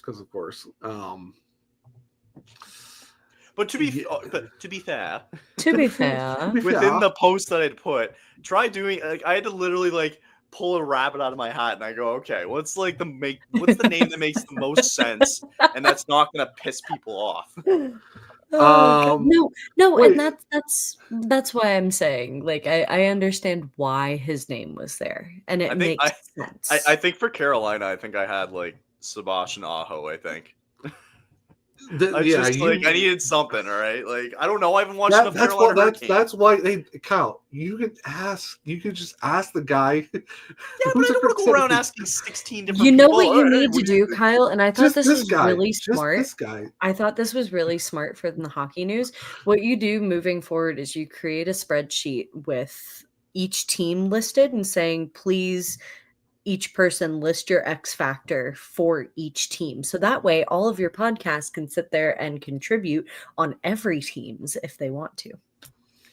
Yeah, but then it's going to be Neil's opinion and he doesn't like Carolina. And then it's going to be Jimmy's opinion and he doesn't like Carolina. But then you have 50 other podcast co-hosts chiming in who can be biased. I guess. Yeah, I guess. Maybe you just don't pay attention to Neil's opinion. To be I don't pay attention to a lot of people's opinion. No. What the heck am I doing here then? I'm kidding. Go dump in a lake, bud. Pick a lake. Oh wow! Way to bring that one back. Way to bring that one back, Bailey. Go jump in a lake, bud. I brought that up after the stream on Saturday, and he was like, "No, we didn't work it in. That sucks." Go jump in a lake, bud. That was still the ultimate, out of nowhere chirp. What do you say to that? What do you say to that other than You Pick just one. embrace it. Pick one. You just embrace it. That's all you do. Of THPN. Well, I mean, Andrew, you're in the right spot, man. Mm-hmm. THPN. Not when we called out Kat though, like commenting on. I think it was Bailey's stream, and I'm like, wow, way to watch us on the THPN channel. She was like, I couldn't comment. Because what was she on Twitter or something like that? She was on Twitter. She was on Bailey's. She was on my stream. Twitter stream because it's going to my channel. And ooh, look at me! I'm verified on Twitter. Good. Look at me! I pay money. Like, why are you not on the YouTube page? And Kat was like, I couldn't comment, okay? And Kyle like called her out too. It's like, no, sure. It's because you're not subscribed. Because the one thing I went to was I've been subscribed to the THPN since we joined the network. Was it 2 years now, Kyle? Something like that? 3 almost. Wow. Yeah. I forgot we've been here that long with you guys. That's kind of insane. Yeah. No, I think you're right too. That's all right. That's all right. Yeah, sorry, Griffin and Christian were doing this very fixture in early 2022, the year the Avs won the Cup. Shame they haven't been around. Yeah, they got approached by I think it was Mile High Sports. Mile High, yeah, and they were like, and they created a whole branch under Mile High Sports called Hockey Mountain High. And if you guys are looking for some great Colorado Avalanche hockey coverage and Eagles coverage, first of all, go follow me on my page. But second off, I would definitely go. Wow. But way to put yourself on the pedestal there. But I would definitely. Hey Bailey, how's the sky up there? I would definitely go check those guys out. They have their podcast over there. Formerly Tell It Abs It Is, now the Hockey Mountain High podcast. Christian's real cool guy, Brennan, who covers mostly the Colorado Eagles, is moving towards Avalanche coverage. Safi Rafkin, who is taking over Eagles coverage. They're a great group over there. Kyle, do we have any Avalanche pods anymore? Like, I mean. Dot. I think we should have. My lawyer advised me not to answer that. No, I'm just saying. I think if we don't have any, we should go find one or just create one at this point. But my lawyer strictly advised me to not answer that question. Actually. Technically. Yeah. Technically. We have no idea what you're talking about. No, I'm just saying in general. Like, you think with the Hockey Podcast Network, you would have all these teams. That's a fine idea, Zach. It's a great idea. And I'm just helping you out. I'm just helping you out, Kyle. You know what, Zach? I think we should do that. I really no. It's a great idea. It's a fantastic. I think, right, Bailey? No, I think it's. I'm actually not going to comment anymore. Oh, I got a message from Kyle. Shut the F up. Shut up, Zach. All I will add to this conversation is keep your eyes peeled this summer. Yes. Oh, Quack Report, yeah, they're good too. Who's your lawyer? Is it Dylan? Honestly, he could be. I mean, Dylan is the grand poobah of the whole thing. So, I mean, I've got a sneaky feeling that they just showed the Kings score, by the way. I got a sneaky feeling they're going to sweep the Oilers. Oh my gosh, could you imagine if they did that though? McDavid's going to be Stanley Cup final last year, you get like swept by the LA Kings in first round this year. No, okay, but let's there is no starter, way. There's no way he stays. Their starter and Darcy Kemper won a cup in the last 5 years. Yeah. Wonder with who?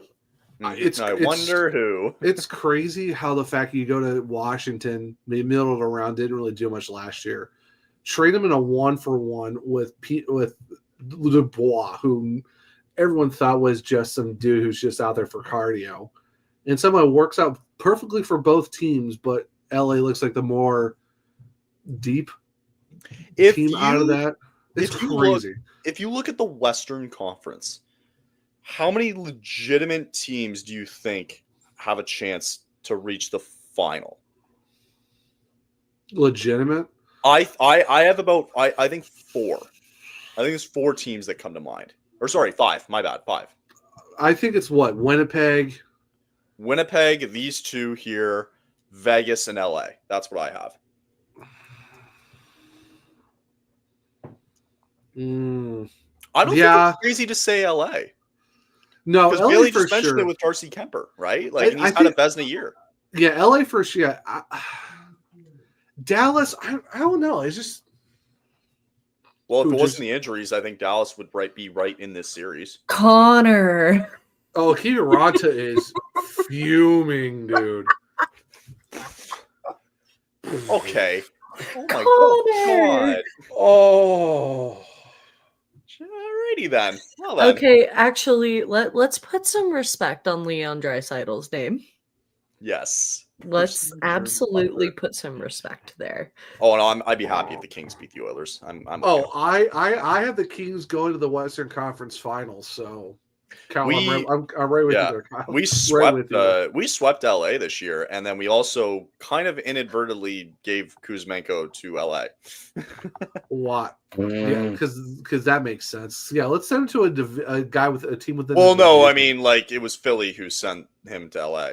I know, but still, it's just kind of like it was funny in a roundabout way. Hey, welcome back to the Pacific. You're like, welcome back. You're going to the playoffs. Sometimes, but like, don't you think, like, we'll just take Kuzmenko for example. Don't you think, like, it's sometimes with players and when they struggle, like, it's sometimes just a fit with a team. And ever since he's been in LA, he's actually been playing really well. Or what? Am I wrong? No, I'm reading a comment. Oh, sorry. Oof. Because I truly do understand. I have multiple people. I know multiple people who struggle to do the same.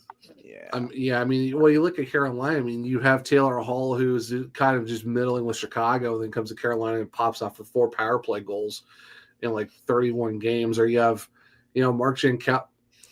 I don't know as though Toronto does need that, actually. No. Well, before game 1, I actually have the Senators beating Toronto in 7 games, so we'll see how that works out. I had Leafs in 6. But to be honest, I had Leafs in 5. To be honest, well, I just did it for the lulz at this point because it's the Leafs. But me taking Montreal. No, again, that is, I think, because I do have Colorado going to the final with as deep of a team as they are. Montreal is like the ideal matchup. It would shock me if Colorado doesn't get there. Could you imagine Colorado and Montreal in a final where it's just the long game of just a Quebec final in the crazy alternate universe of how did this happen? But welcome to the craziness. Oh God, yeah, that would be insane. But this has been a little bit of a lackluster power play. Even Colorado's earlier when they had it, Dallas isn't really applying a lot of pressure. And again, this is going to be the second game in a row here where it looks like both teams are going to be, well, at this rate here, under 20 shots. Mm-hmm. Oh, couldn't be the Canes. 45. But, yeah, true. That's a good point. And you look at it too. I mean, despite what happened with Glass getting injured and stuff, that Luke game Hughes getting hurt and coming back. That game didn't seem overly physical. Well, I think now, it was. Granted, I only watched bits and pieces of it.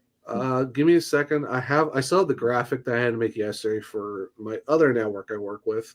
Sorry, Kyle. You have another podcast? Shocker. I wish I can just tell you my actual thoughts, Bailey, but this is a family friendly show and I'm not going to go there.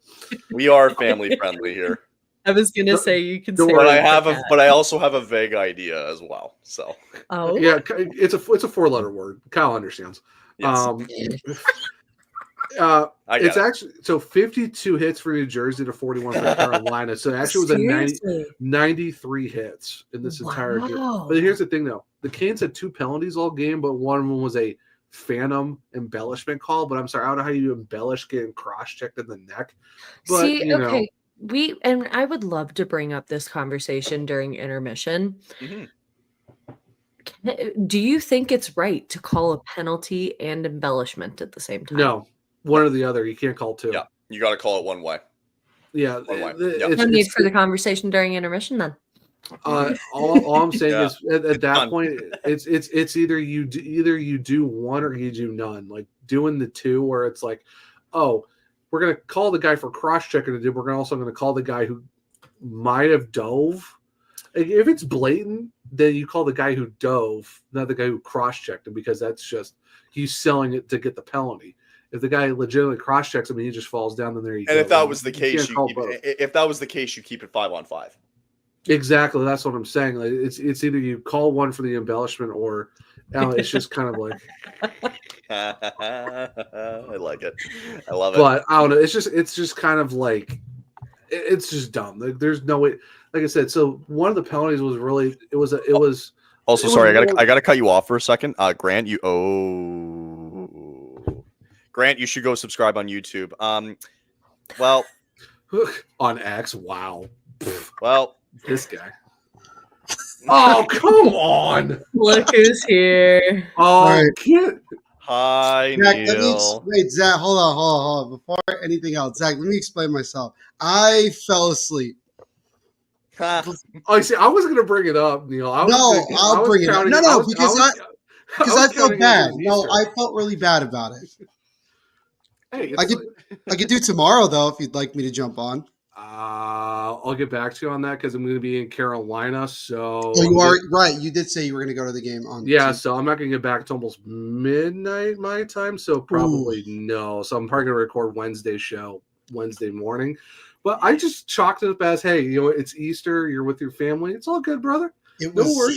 It was a long day, but it's okay. I did sit there for like 20 minutes waiting for you to jump on the stream. Stood me up. Yeah, I know. I stood him up. How and no message, just radio silence. The fact that he called me out on Saturday, and I'm like, you know what? Let's do it. Something on Sunday. It's all good. Yeah, I know. That's the sad part. The sad part is that I was not a man of my word.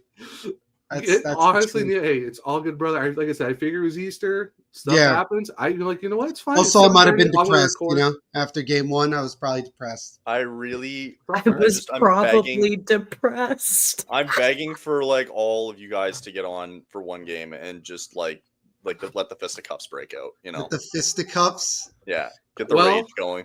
I want Neil to throw like a plastic cup. Friday, no.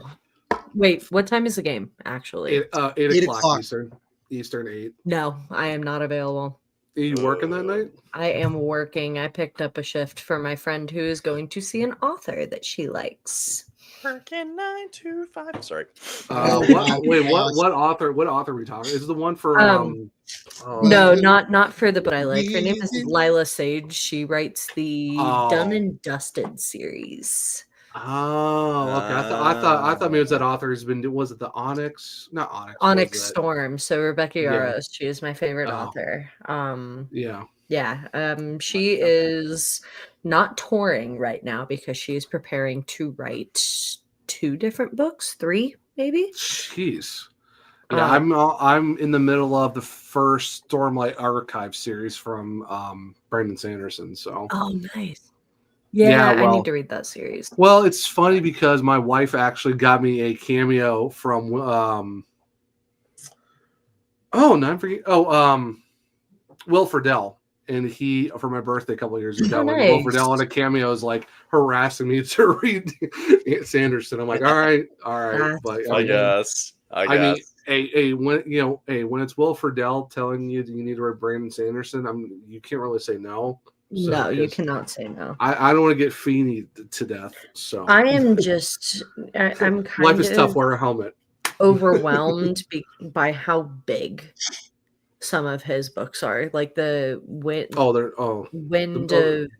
of Truth, I think, was his most recent one that came out, and it's over. Oh yeah, I know which one you're talking about. Yeah, it's like because I have the mass paperback smaller ones. They're like 1,000 something pages. So like I'm like having to open it, like just be like, okay, what's the inside margin say? Because it is like those suckers are huge. So I get it. Yep. It's kind of nuts. I love books. Kyle, you read? All right. Believe it or not, Those yeah. I do. Canadian genes. Can't read yet. He's getting there. Yeah. Kyle reads. Yeah, I gotta read about how to take care of our Canadian geese. Hey, they are majestic animals. If you got, I almost ran one over the other day. Oh no! I almost No, run seriously. some over on a regular basis because there's a flock of them that hang out near Ball Arena. Well, it's funny because yeah, like they it's like it's their egg, like they have to protect their eggs, right? And this type of year where the snow's finally gone, and so like I'm like driving down the road like in a neighborhood, and there's like one that was like clearly pissed off as I'm driving, and he like started flying at the car, and I had to like swerve out of the way. Oh my god! There's one that when I used to work at the PT clinic I was at, there was one that had it like every single year, like clockwork, same spot, it like built its nest, whatever. And they had to close off part of the parking lot because if you even went within like 10 feet, Like maybe 15 feet, yeah. like you were donezo. Like that male was a constant security guard, and there were people trying to feed it too, Right. which like, are you stupid? Oh man, they're showing Landy again in the warm-ups. Like They are. Stop Josh with this Manson torture. interference, by the way. Josh Manson interference. Stop with this torture. I wanted to see Landy play tonight, but Kyle, Yeah, it's like that was if you got a problem with the Canadian Gooses, you got a problem with me and let you marinate on that. I'm not sure if she's watching, but there's a Twitter X mutual of mine, Abby. She's adorable. I love her. Who texted me, was like, Bailey, I need to know, is he playing? Is this happening? And I'm like sitting there giving it, like I was like, no, this is what it says. I don't know. And I like, she got so excited, and I was so happy for her because she's sitting here freaking out over this. And then I have to text her and be like, wait, they lied to us. Like I had already made the tweet and everything. Like I'm hyping this up because like even though like I have to remain pretty unbiased, right? But I'm still like it's been 3 years. He hasn't played a game since Game 6 of the Stanley Cup Final in 2022. Like this return is huge. I'm super happy for him. Like trying to hold myself together. Now I'm just sitting here having to backtrack. Like, gosh darn it. Like I hate it for him. I want him to draw in more than anything because I know that it's going to be so special for him. Right. Whew. Well, another chance here for Dallas. Who's this bum 96 on the ice for Dallas? Who is this guy? I'm not going to give that any more airtime than it needs. Wow. Actually, One time. That was one time. That was the last one. Sorry, I couldn't help it. Yeah. Am I ahead of people again? Probably. Probably. Yeah. Hey Neil, I got a question for you. Set your watch by it. Neil is always ahead. I told you. Yeah, I'm at 434, and they just dropped. Oh, then you got things. 434. 434. That was my brother. I'm sorry. Just shut up. I'm so glad that there's another one of you in this room because for this question. What do you mean another one? What do you mean another one of me? They spawn. My brother is nothing like me. Mobs in Minecraft. There's my brother was not watching like as much hockey as he is now. If only I could show you like what I like the screens we have up right now in this room. My question to you is, how do you feel about your goalie taking out one of your own dudes on a most insane slash of all time? Can we? Bruh. I mean, look, it's one of those things where I think Markstrom was just pissed off with the way that the team was playing in front of him. And I think it boiled over in that moment. Like Svechnikov, I think, like lightly bumped Markstrom, I think, right before that. And so I think he just got fed up with it. And he was like, I'm going to absolutely annihilate you. And then didn't. Like, absolutely did not. Yeah. And then I don't know if you saw, like, right after, he kind of low-key, like, taps.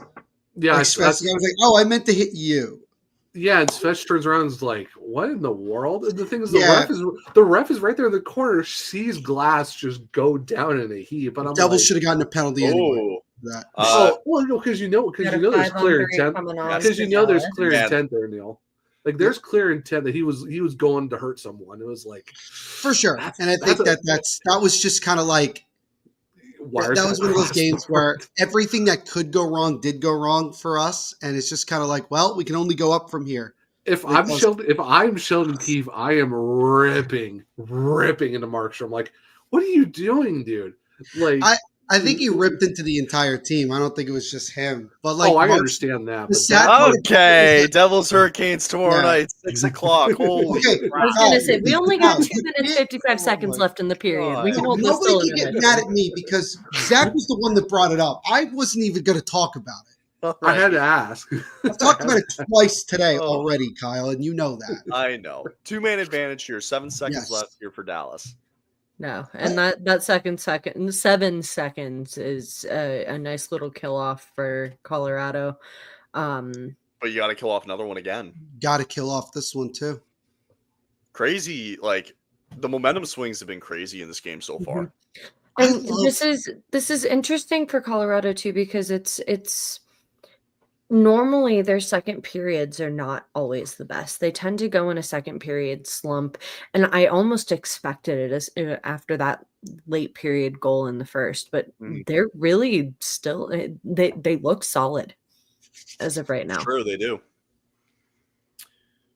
And I'm interested to dig a little bit more into these advanced stats again during the intermission. Well, let's see if Rantanen can do so. Because again, I think he probably hasn't had a lot of shots on goal. I mean, nobody's really had a lot of shots on goal in this game so far.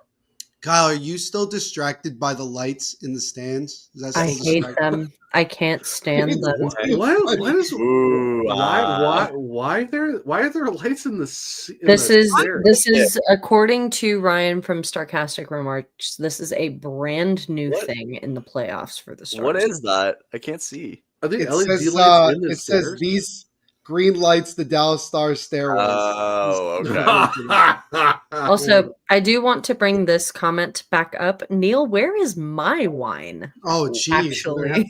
Well, I certainly can have some in it. At the end of the period, I'll whip out some. You should Bailey, you should send the address and then get Neil. Yeah, I know. That's what everybody wants. Right? Skip the dishes or Uber Eats. I was going to say I prefer Moscato. If anyone's asking. Yes. Noted. Neil. Or cough, Neil. Or a good Chardonnay. I said noted. Just noted. Just give me a nice. Oh white. Wow! Give me a nice white or a rosé. I'm good to go. A rosé. A rosé. We're classy in this house. Someone else just did. Oh my God! What a goal! That was nice. Oh my God! I'm at 144. You guys Logan O'Connor. I know. I haven't even seen it yet. Okay, why is it that every other goal that the Avs have scored in this series has to be some unreal, not going to happen? Like we're halfway down on the ice. Yeah. Game one, Lehkonen, basically Wayne Rooney bicycle kicks it into the net. We're on an airplane. That's say, funny. Not only is that an incredible backhanded goal from Logan O'Connor, I'm eventually going to get there. Incredible pass from Arturi Lehkonen coming up on the left side as well. We're going to see it. What a shot! It's gonna. I just hit 1 minute left in the period, so I'm my goodness! Behind. The biggest. Oh, sorry. The Dallas Stars lose this game tonight is going to be these last 5 minutes in the second period. You've had 2 power plays. You can't convert, and the second it's over, Colorado goes down and scores. Big time. That's kind You're absolutely right, Kyle. Absolutely. And I mean, you look at both of these periods too. Both teams have had momentum swinging opportunities late in the period. Ew, that was gross, wasn't it? Yeah, that was insane. Like Logan O'Connor backhand falling down like it's no one's business. That was nice.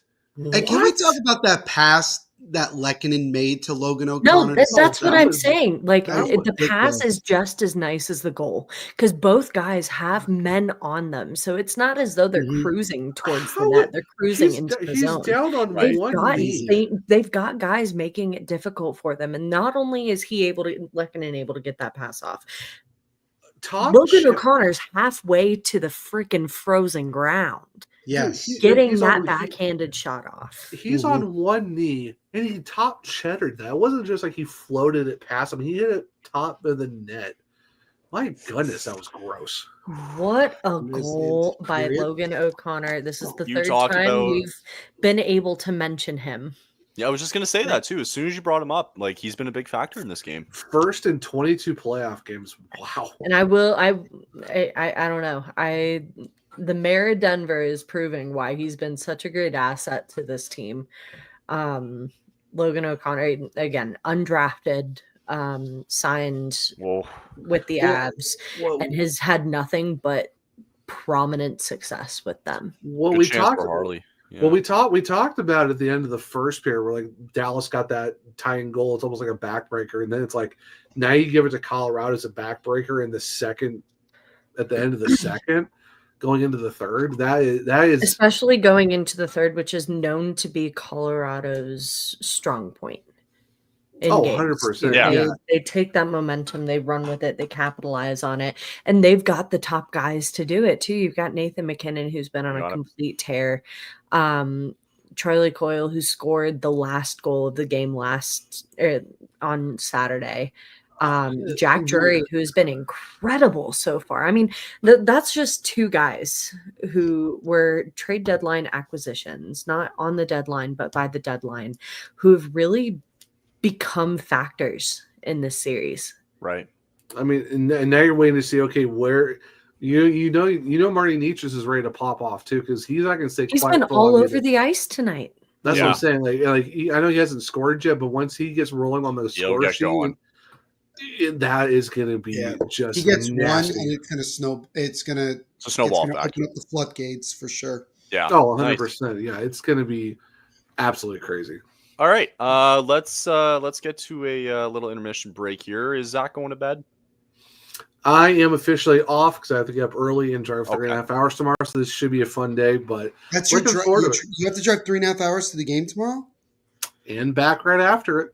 So that's going to be fun. No wonder you said you won't be home until midnight. Jeez. FaceTime me when you get there. I'd like to say hi to Mike. I'll make sure to try to do that if they're not super busy and stuff like that. No, if he's not, just make sure you tell him hi for me. Oh, I will. Yeah, I'm actually. So Neil, I'm running into Daniel from the Hockey Writers. He's down here. Yeah. No, I know he's there. He's a good buddy of mine. Yep. So we're gonna run.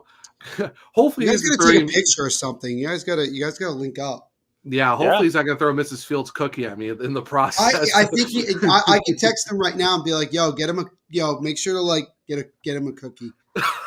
That would be nuts. Well, it's funny because we were talking about press food and stuff like that, and I was like, "Oh, just go to Cookout, you'll be right." He goes, "He's like, you're the third person that's mentioned it." I'm like, "Sorry, go to Cookout." Yeah. Sorry. Welcome to Raleigh.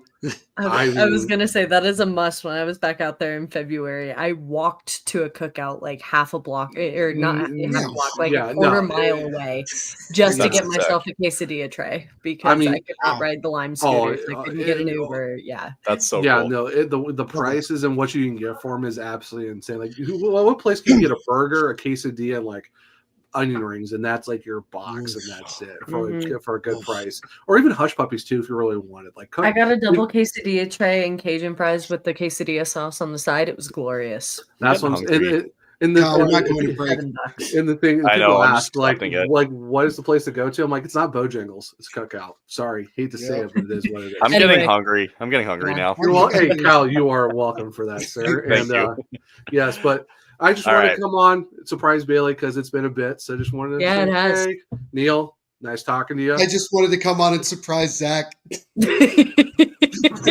Oh yeah, after standing me up, sure, that's going to make everything so much better. I think what I want to definitely do with you, Zach, is at the end of the series, however it goes, I'll have I'll have you on recap with me, and we'll just kind of recap the series. Yeah, Cool. definitely. We'll figure it out for sure. But all right, y'all, have a great rest of your night. And safe travels tomorrow, my friend. Talk more to you tomorrow. Sleep well, Zach. Yep. See ya. All right, sleep well, man. See you later. And right. on that, Neil, you're gonna stick around too for one more period? Yeah, I'm up. I took a unplanned 3-hour nap, so I'm kind of like up. So I'll be here. Cool. The comedic. Oh, I know. I did too. It was awesome. All right. we jumped off a podcast together, Kyle and I. And he goes, "I'm gonna go take a nap." That's why when I made the I announcement fell on X asleep. earlier, I was Yeah. like, "This man he's got a long day." He's got a long day. Yeah. All right. I know, Anyway, and I got, yeah, like, go to break. couple, Go grab yourself yeah. a coffee or whatever right. you need to sustain yourselves. More juice. More All right. juice. We'll Yeah. we'll take We'll be a right 3-minute back. break and we'll be back.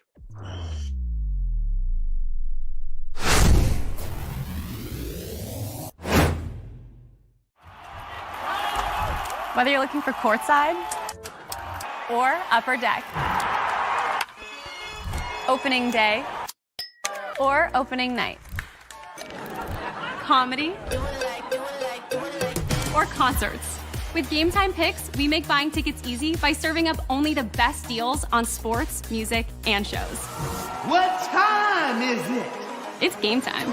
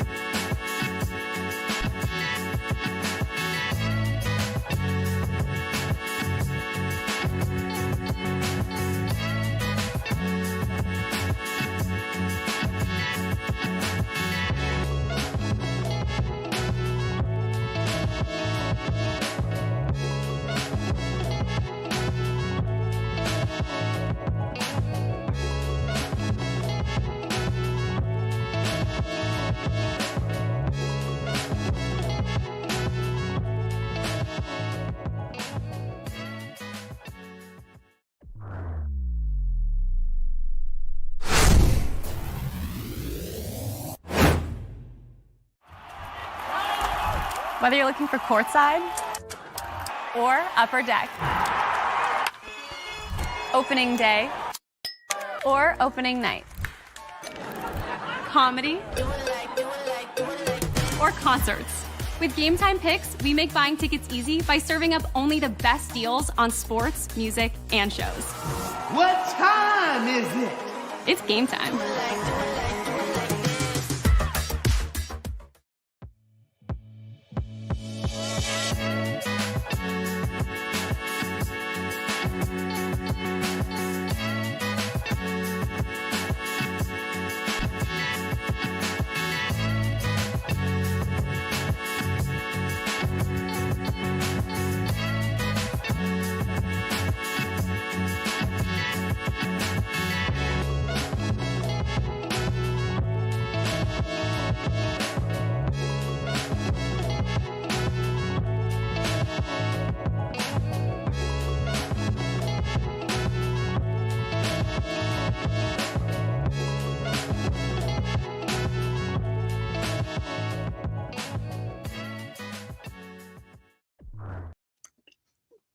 Friends, welcome back. We are here, second intermission, as the Stars had 2 power plays at the end of the second, and all of a sudden Colorado kills them both, and we, if I can find it here, have a 3-2 hockey game going into the third period.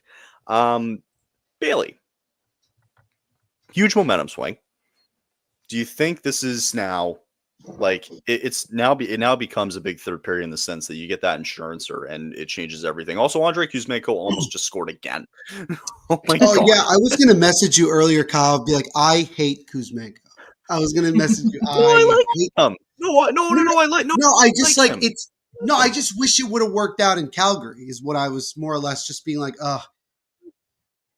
Yeah, but I mean, I'm just happy. Like it just. I think we talked about it where it's just like, and we mentioned it earlier on the stream where it's just guys just find their right place, and exactly. LA is his right place. Yep. So, yeah. Okay. Yeah. So who in your mind needs to be the biggest difference maker here in the third period for Colorado For to get the Colorado, insurance? and you talking about a player, or can I shout out? Maybe a group.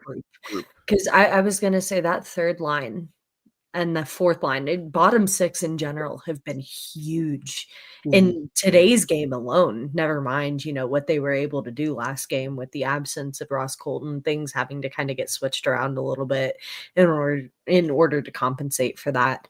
I think this bottom six really needs to continue to have a showing. I would almost like to see a little bit more from Martin Necas out of this too, Yeah, you because did mention him. while he has been flying around, he's been everywhere. He's had opportunities. He, for some reason, I don't know, his positioning looks a little bit off to me. Because while he has been flying around, he's been creating a couple chances, passing. He just hasn't quite been in the right spot or had the right opportunities to score, in my opinion. And with both McKinnon and Lehkonen on that same line being able to produce or at least find the gritty areas and score, I think that's opening up a lot of question marks for him to be able to kind of show up as well. They did just show, you just mentioned Randy, they just show us a graphic since I think, or whatever, so far in the playoffs here. I don't know, or maybe it was, no, because Randy scored since the trade, obviously, right? So maybe it was just the playoffs. Yeah, okay. So in the playoffs so far, Rantanen has been a -3. He's got no points, right? You've got Logan Stankoven, who I believe scored twice, Neil, on Sunday. Did he score twice? He did score twice, yep. Two goals. And then Jack Drury and Martin Necas combined have a goal and 2 assists. Yep. So there's not a great luck. No. And Altitude put up a similar graphic before game one, talking about everybody who's been involved in the Rantanen trades, plural being Taylor Hall, Logan Stankoven, who, and obviously Drury and Necas, who have all been and found decent success with their teams. Stankoven is the only one from Hall too, but late trade deadline acquisition who's found a really nice spot for himself in Carolina. And I think it has Dallas fans almost kind of reeling a little bit, saying like, why is this an asset that they, even if it was for Rantanen, they expected Rantanen to be a huge acquisition. And obviously he's got 8 years to prove himself, right? Long time. Stankoven, who was a highly coveted piece that they've really been looking forward to, all of a sudden goes to this team who they have similar systems. So it's not super hard for him to adjust and kind of find his role. But, Stankoven comes in and immediately finds his spot and finds success. And he's really kind of taken that and ran with it in Carolina. You almost want to see more out of Rantanen. You're sitting there giving him the big paycheck in the next 8 seasons. You want to see more. I think if you are Rantanen, you're looking at all these other guys who've sat and assimilated into their teams well and found success. And that's almost kind of like a kick in the just kind of saying, hey, no, this needs to step up. This isn't like not that this isn't normal, but I need to take another step in my game. Just want to mention not the kick in the Kings just made it 3-0 on the Oilers. Adrian Kempe just scored for LA. Man, this series could get ugly very quickly. The Oilers have, and I'm not making this up, the Oilers have a measly 8 shots now with 4:38 and ticking to go in the second period. What? 8 shots? They have 8 shots. Yes. They have 8 shots. I am praying for their demise now. And I would be just in a glimmer. I would be so happy. I'd be on cloud 9 if they just get swept here by the LA Kings. Wow. Okay, getting swept might be a stretch, but yeah, they definitely. I think it's a. Well, I mean, again, Kyle, like with every other game we've talked about, it is game 1. Yeah. I'm just But saying. if they're beating the brakes off them, then that's a different story. I guess. But Kyle, we were talking about Mikko Rantanen as well. Want to touch on some stats here from both sides, Yes. as well. Kind of touching on Dallas. Not a whole lot of success in the faceoff dot. Tyler Seguin still currently holds the best percentage there, 4 out of 6 with a 66.7% success rate. Mikko Rantanen with a single shot on goal and 15 minutes and 35 seconds of ice time. Wow. He's got 5 minutes and 22 seconds of ice time on the power play. And I think that's been the real kicker for Dallas right now, too, is that lack of success, that inability to convert with those chances. And if I'm Pete DeBoer right now, that's what I'm drilling into them while they're in the locker room resting is you get those opportunities. And I don't know if I count that 5-on-3 because 7 seconds is a little bit that's a difficult amount of time to make something significant happen.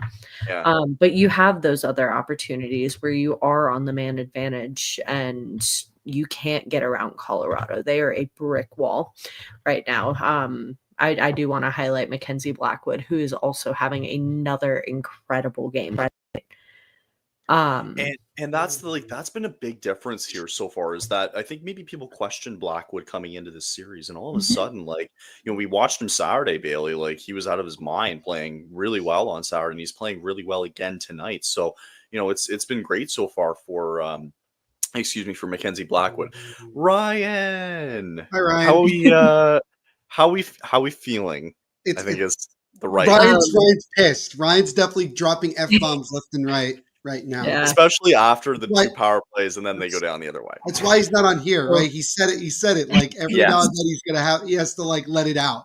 But you're all good, man. Don't worry. We will make sure we're going to be doing another game eventually. Yeah, I don't know which definitely. one, hopefully get another one going. And I do want to bring up to your point, Kyle. I don't think people are looking at this game realizing that this is only Blackwood's second playoff game. Career. This is the second game that he's had, and he looks like a guy who could be Vezina contention. Well, don't forget too, if you remember in the past, Aiden Hill, for example, didn't have a lot of playoff experience being with the Arizona Coyotes. He comes in, right? Darcy Kemper, right? You've seen goalies in the past, be put in these situations and it's worked out for them. So it's kind of, and it's changed a little bit from, all the way back to the Henrik Lundqvist, bringing the Rangers to the Cup final, to Niels Martin-Brodeur here in the Devils, right? You don't need star caliber, I shouldn't say star caliber. I should say high named goaltenders. You don't need high named goaltenders, right? In order to successful, right? You just have to come in and do your part. Mm-hmm. No, and that's really all Colorado needs him to do. Love it. I love it. Why am I catching strays? Duel to the death. And that's all Colorado kind of needs to do. If totally reforming the crease and totally turning over the crease, getting Scott Wedgwood and Mackenzie Blackwood, the lumberyard. Yes. Have so kindly named it. Sorry, Bailey. I didn't mean to cut you off there. I just wanted to get this quick in before we go back to the game here. Just a quick question here from Connor here about what your thoughts were on Artis Sheedloss this last season. Are we talking about this season or 23-24? Connor, can you clarify the question? Yeah, I would imagine this past season. But anyway, they're getting back on the ice here, by the way, for the third period. Just FYI. Sorry, I didn't mean to cut you off there. And you mentioned, Kyle, it's 4-0 now. LA with Philip Deneau scoring. It's actually pretty bad how much the Oilers look dead in this game. Is it possible that LA is heating up at the right time? 100%. They're pissed, Kyle, because they got blown out 5-1 to Calgary in the last game of the year. So now they're pissed off. That's, I'm sure, the reason. Yes, I'm exactly. sure that's the reason. Mm-hmm. Okay. No, sorry. Go ahead, Bailey. Yeah. No, and so I think when turning that whole crease around too, we saw a little bit of what Colorado was able to do in front of Alexander Georgiev, and it wasn't pretty. It Also, really looked. Sorry. They just showed Rantanen stat here. 4 chances so far this series. So Yeah, no, it's not something you want to see from a guy you're getting ready to pay the big bucks for. Anyway, sorry. Yeah, go ahead. no. But my whole point being is you've got a team playing in front of Georgiev. You've got a very timid Colorado Avalanche team, a team that really doesn't look like they can put 2 and 2 together in many situations unless they get lucky and Georgiev is having a fantastic night. And I think that decreases confidence on both sides of things. Right. You turn over the entire crease, get a guy like Mackenzie Blackwood, who looked incredible with the San Jose Sharks, and come in and I forget how many games it was, but it was until a game. It was up to a game against the Edmonton Oilers, and the only reason is I remember this is I was sitting next to Tony Brar with Edmonton, and I was like, so Mackenzie Blackwood has not let in more than 2 goals since he's come to Colorado, and then Edmonton comes in, ends up winning the game, puts on more than 2 goals past him.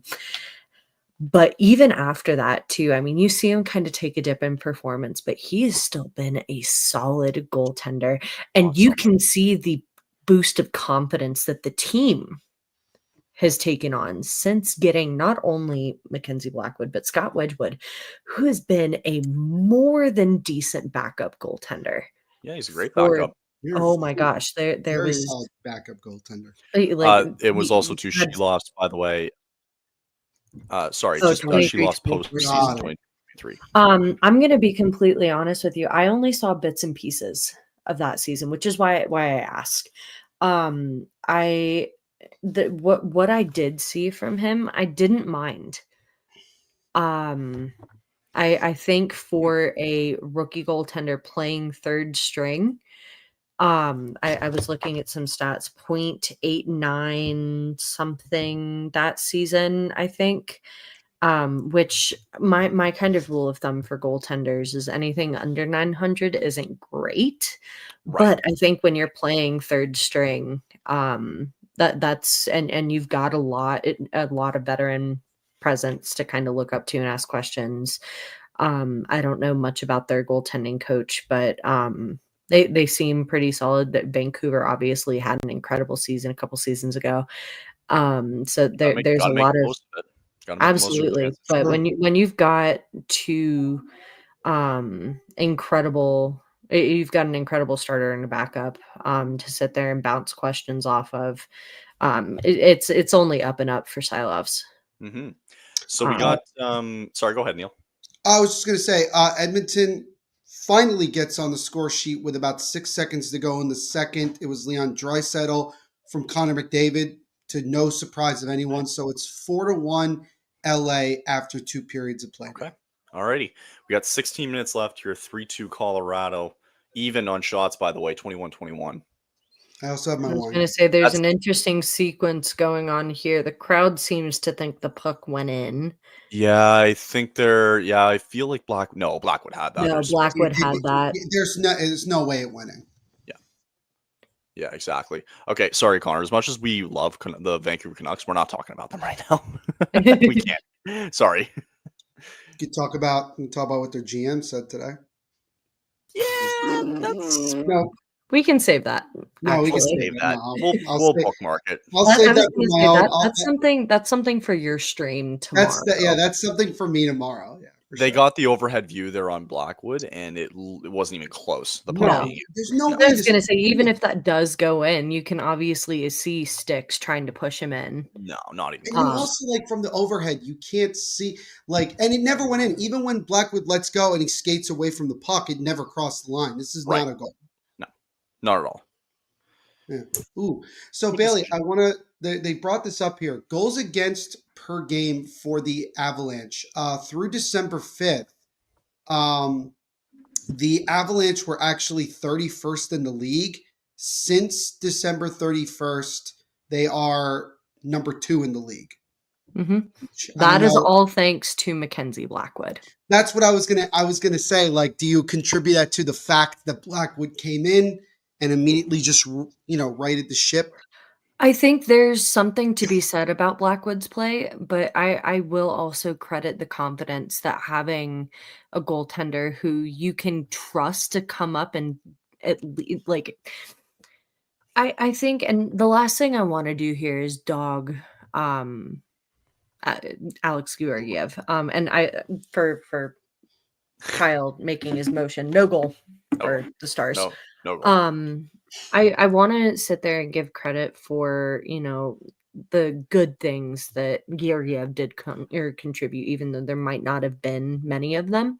But I think the biggest thing that this team was lacking in front of Georgiev was confidence, and not only confidence in their play. Like, they're obviously trying to play more timid, play a more defensive game because they can't trust their goaltender to make the routine saves, let alone the big ones.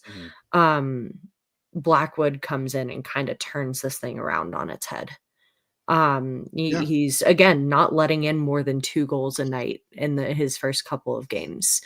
And even when he is past that one Edmonton game, it's still like a solid performance, and you can tell that the trust is there. Not only the trust on the ice too, but he's an incredible locker room presence. Especially lately too. Him and the relationship that he's built with Charlie Coyle, chirping him across the locker room. Charlie, you bit my finger, Charlie. It's hilarious. But the relationship he's built with Nichushkin too, which I think is going to be vital in this upcoming not also just series, but the entire Brandon was like going down on the rush, and then he just fell on his own. He totally just flopped. The ice here, I don't know. The ice here seems almost a little weird. I thought you were going to say the ice is slippery. I'm like, no. I know. Okay, I'm trying to curb myself of that because I think I say it way too much. Ice is slippery. Ice is slippery, boys. I think I've heard that like every hockey game I've ever been to. I've heard it at least once. Someone just yelling out. How ice be slippery, guys? The ice is slippery. No. But no, don't trip over that blue line. Slippery, boys. I'm telling you, there's a lot. I mean, there's a lot of pressure that Rantanen's just putting on himself because of not only coming to Dallas and now being that prime like star player, but the fact that you are playing against your old team.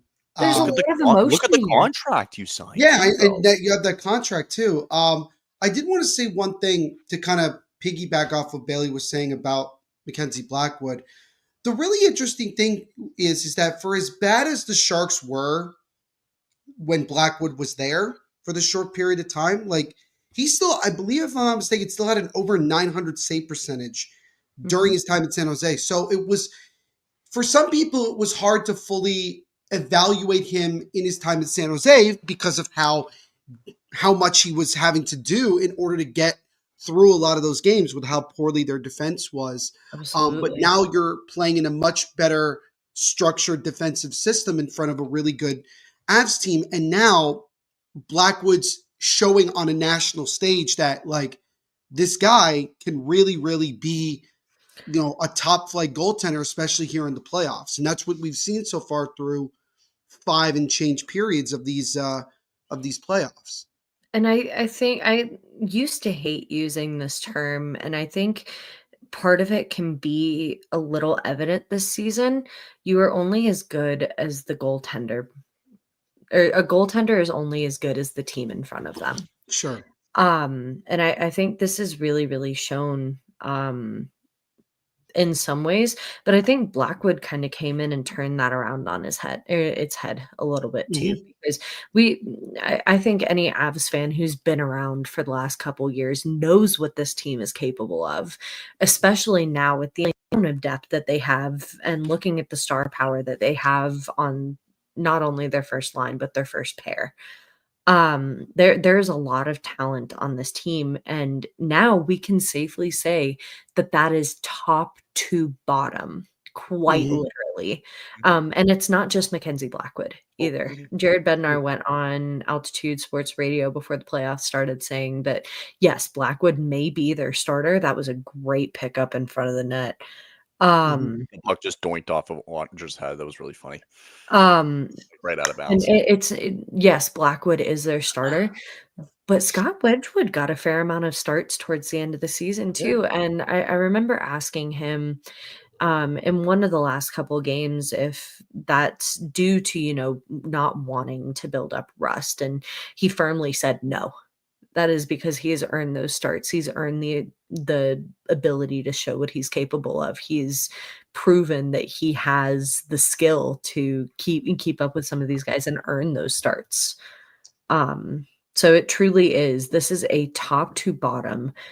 This is one of the most talented rosters that we've seen from this Colorado team since the 2021-22 Cup run.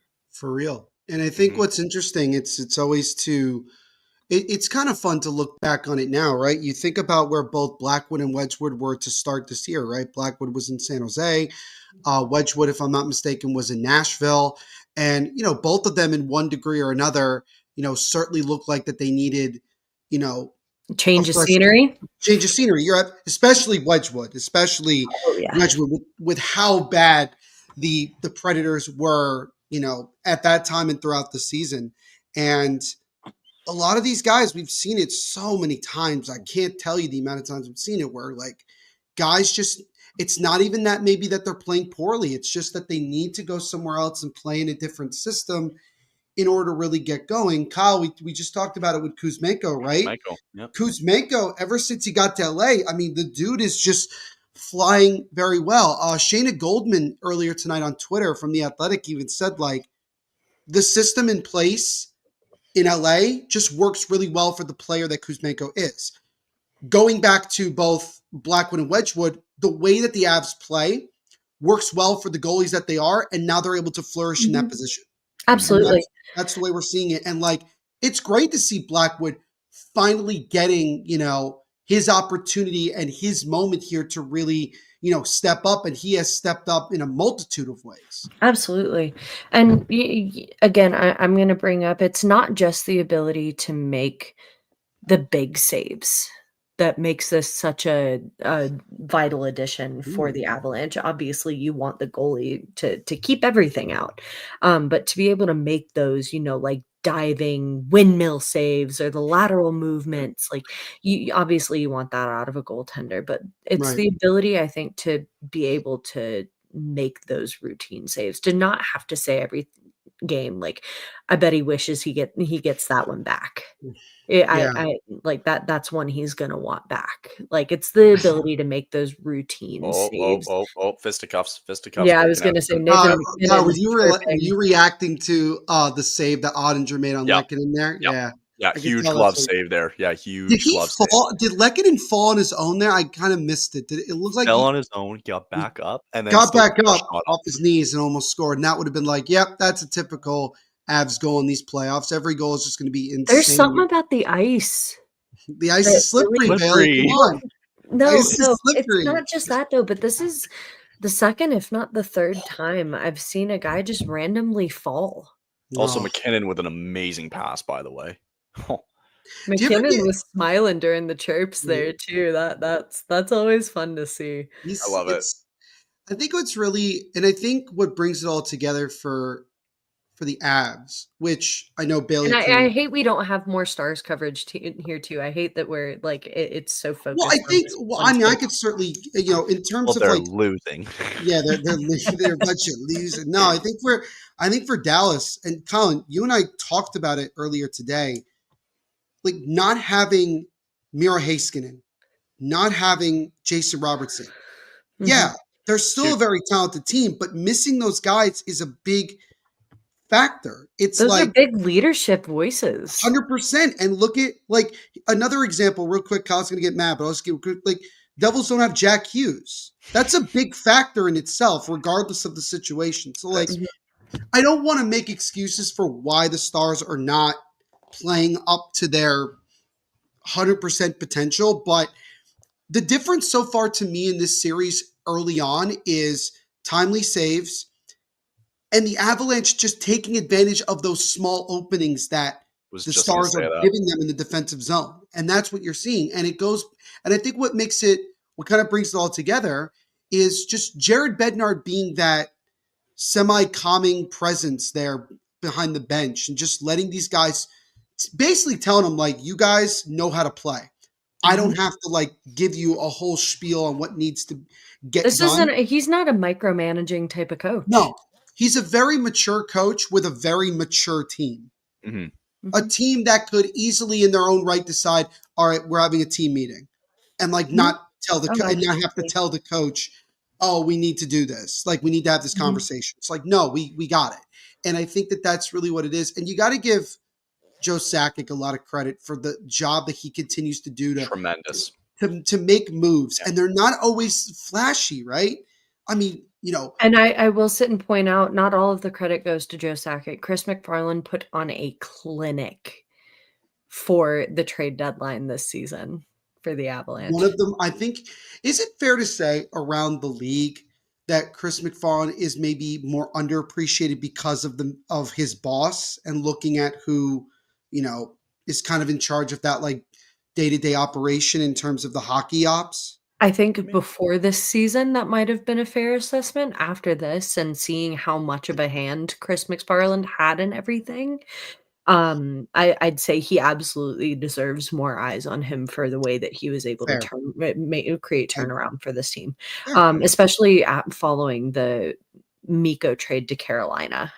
There were a lot of doubts. I can't tell you the amount of like, get rid of this guy tweets that I saw. Yeah. Right. There really was a lot of discourse around that trade when it happened. And to see what he was able to do by March 7th, bringing in Charlie Coyle, bringing in Brock Nelson, bringing back EJ, which may not have been, like an analytics tactical move, but that is a feel-good move for the locker room. That's a vibe move right there. That is a vibe move. I remember the tweet almost perfectly in my head from Elliot Friedman.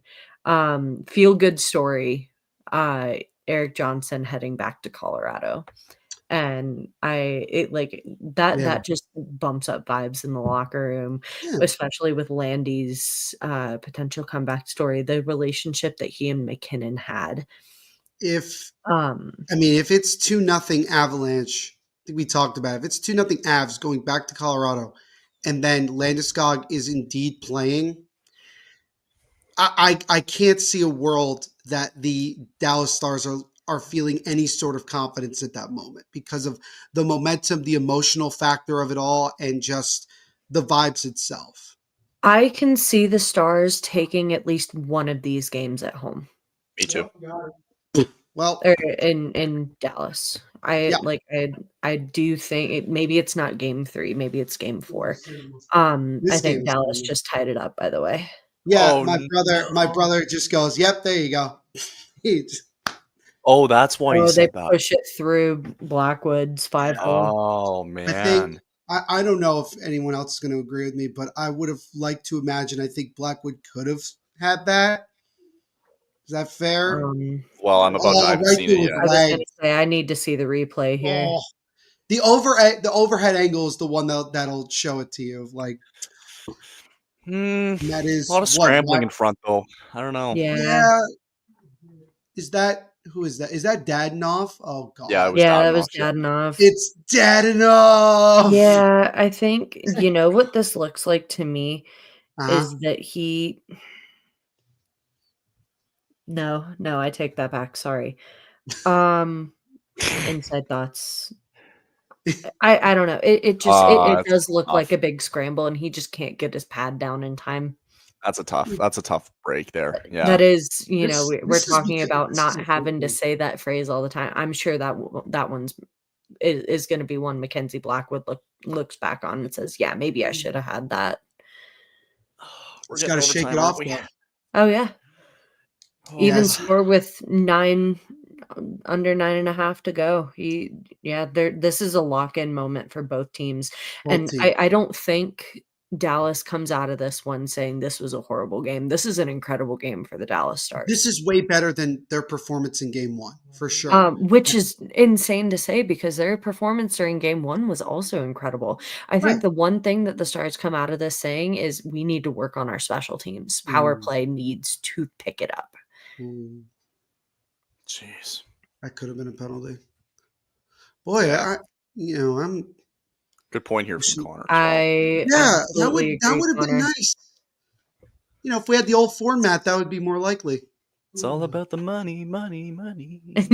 Oh, what is with the song? Okay, Jesse J. Holy crap! He did Dolly Parton like an hour ago. Is this? I was gonna say, is this pitch perfect? Come on, guys. No, this is now Tired Kyle coming into play. Kyle wanted to do his impression of Kelly Seinfeld. I don't know if you saw Kyle. I did bring the line. Arenas? They're all slippery. Oh, what a shot that did not. Oh, it hit the post. Yeah, I keep forgetting. I keep forgetting I'm in front of you guys, so I'm trying to not say anything. I'm also trying to tell my brother to not react. Yeah, brother, shut up. No, I'm joking. My brother's having a good time.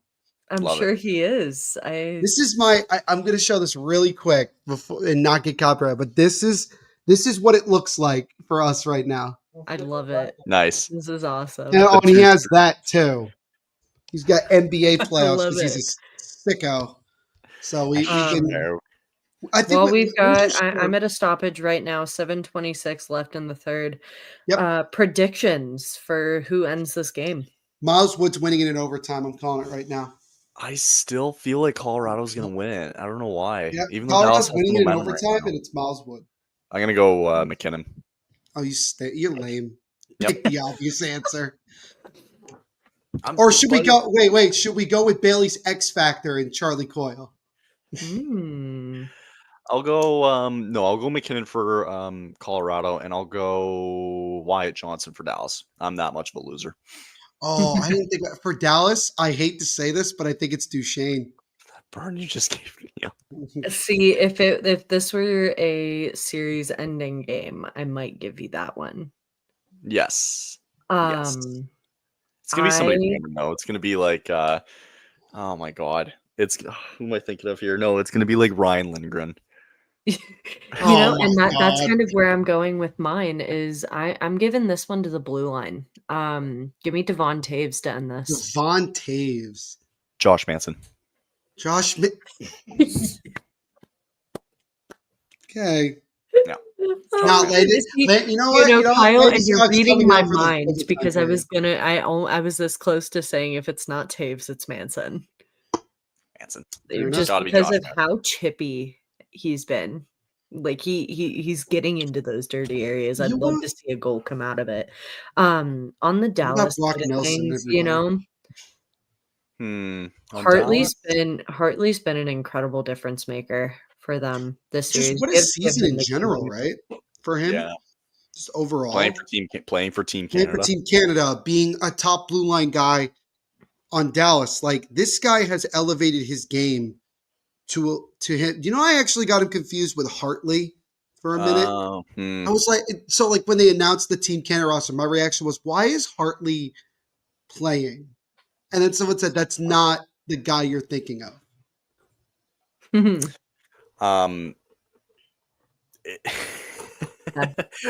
Thomas Harley, the Team Canada, 4 Nations champions.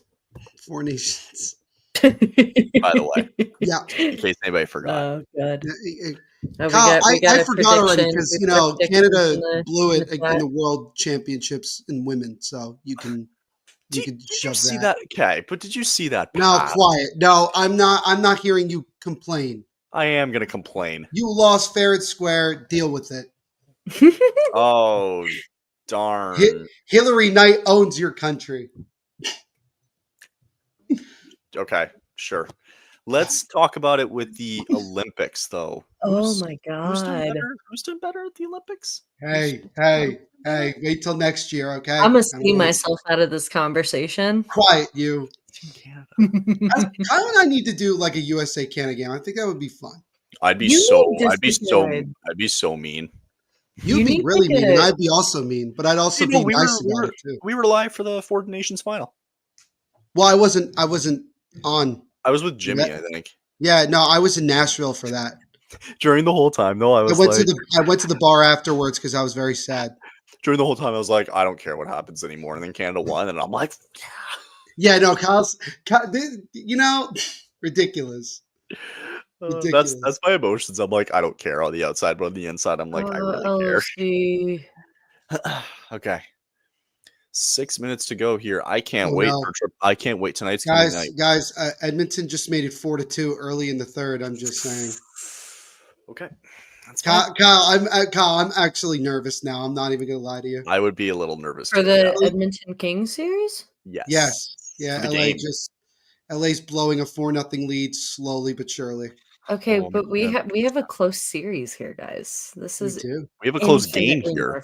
We have so much good stuff. Oh, this is absolutely more fun. Everybody's on their feet now.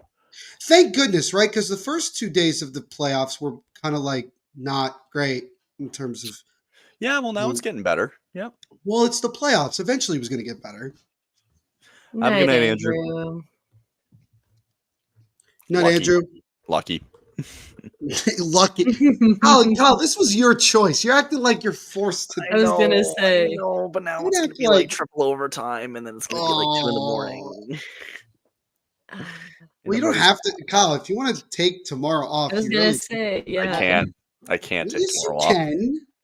Oh, the game, you mean? No, I'll be fine. That's what I'm saying. You could take the game tomorrow off if you want. No, I have 4 meetings back to back in a row tomorrow, and then after that I'm taking the afternoon off. Tell Dylan to move the meeting to later. No, because then it takes up the whole day.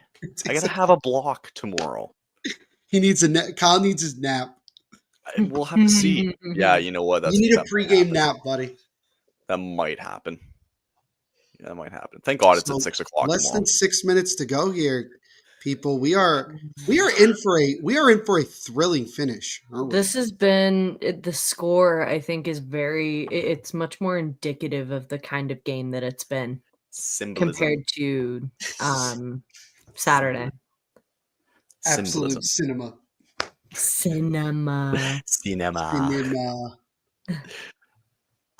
So I was thinking about this earlier because my brother has one of the basketball games. He has the Denver Nuggets playing the Clippers, right? The Clippers.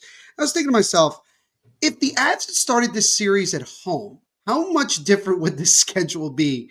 Because you'd have to go back and forth every day, at least early on, with the Nuggets and then the Avs, which I'm sure they're capable of doing. They've probably done it before. Oh yeah, I'm sure they are. I don't pay enough attention to basketball to sit there and know what's going on.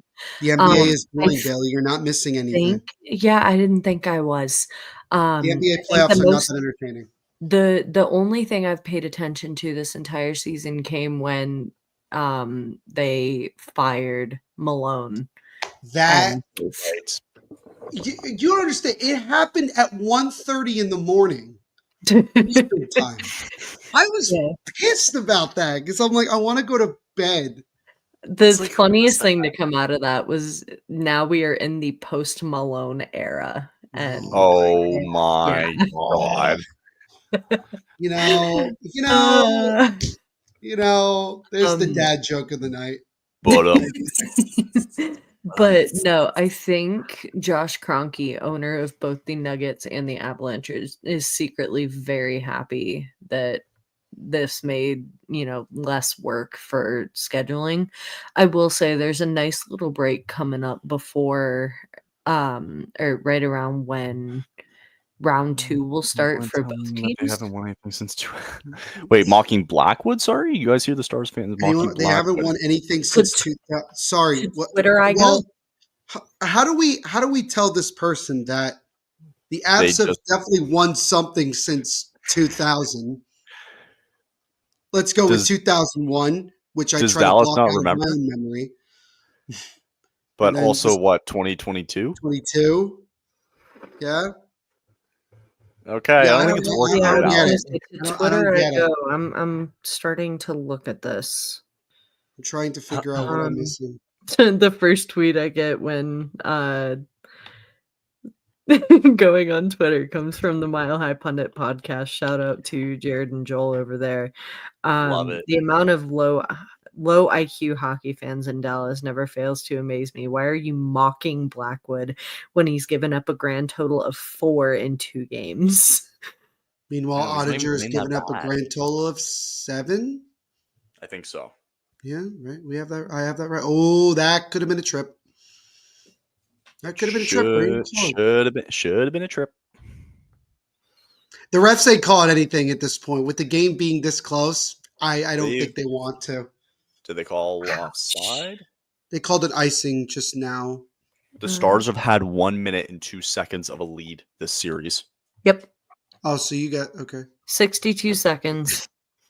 Yep. How much time is left on your guys' screen? I've got 422 on a stoppage. Okay, I also have 422. Okay. I got 430. That's fine. Close enough. It's close. No, Kyle, it's very close. Yeah, that's close. Yeah, You guys should pause it and let me catch up. Well, that can't. Okay. Yeah, you wish. Sports Center with Scott. Yeah, I also Scott I didn't Van realize that was Pelt? the Yes. in-arena fans. I have the entire broadcast muted. Same. Because I cannot afford to get distracted, and you guys are more important, obviously. Oh. Are we? Are we? Yeah, I was gonna say, are we more entertaining than? I'd like to think so. We do I have call Bob you comedic Tuesday. relief for a reason, Neil. It's to help calm the nerves. Yes. That's what it is. This is why I have. This is Kyle. You Why refill this? Yes, for my sake. Next stoppage you play, I'll. It'll probably go to overtime. That's why. Sorry, who is this? You have a job to. What You the met heck? him. You met him last night after the stream. Oh, hey. Oh, this is fun. Oh, geez, I didn't realize that. Yep, that's Is he great. in the other room messaging this? He's That's watching so it downstairs, so his yelling does not interfere with my microphone. Smart. I really think he needs to be on this stream. I really think he does not, actually. He's gonna be too loud. He's gonna be too loud. No, and this is his choice, not mine. Let me reiterate that he is too competitive for live streams. Oh, that was awesome. You know what? I respect that. That was awesome. That. Okay, let's see. It wasn't a goal. You're not missing that. I just saw Devon Taves just the stick just goes absolutely flying. Oh my god. Sick. Wow. We call that he was gripping his stick way too tight there. Yeah. Probably, yeah. He wanted a blast from the point. He wanted to bury it. I'm telling you. And then it just goes. I'm telling you guys, what did I say? Josh Manson still. I'm still on the Josh Manson trade. Actually, I think see, Kyle. I don't know if you already brought it up, but yeah, this is his. Choice, hear not me mine. on the live. Can we get post game? There we go. Post game thoughts. We can get him post game if he Post-game. wants. A lot of F bombs. Yeah. I don't know if A lot you of guys F bombs to be thrown in there. I don't know if you guys have seen this on like the broadcast, but like on the side where like the penalty box is for both teams, half of the fans are like sitting on the left side, and then the other half is standing on the right side. Mm-hmm. I'm confused by that. It's like, make a choice here. Like I remember like when like Columbus fans like in 2019 were like all standing the entire game. I thought that was awesome. Oh, by the way, it's also now 5-2 Kings. Kevin Fiala just scored. Thank God. So Thank God. Fiala, my king. Fiala, my Swiss. He's not You know the what, Swiss Bailey? king, You've but had he's better pretty work. damn close. You've had better. Let's regroup here and we'll try that again. The Swiss king. Okay, leave me alone. What's the saying, Jeff? My glorious king, right? My sweet glorious king. Yeah, right. That's what it is. I like it.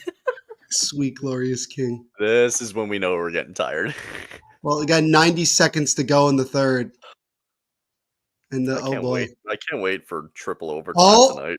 I just heard yelling. Uh-oh.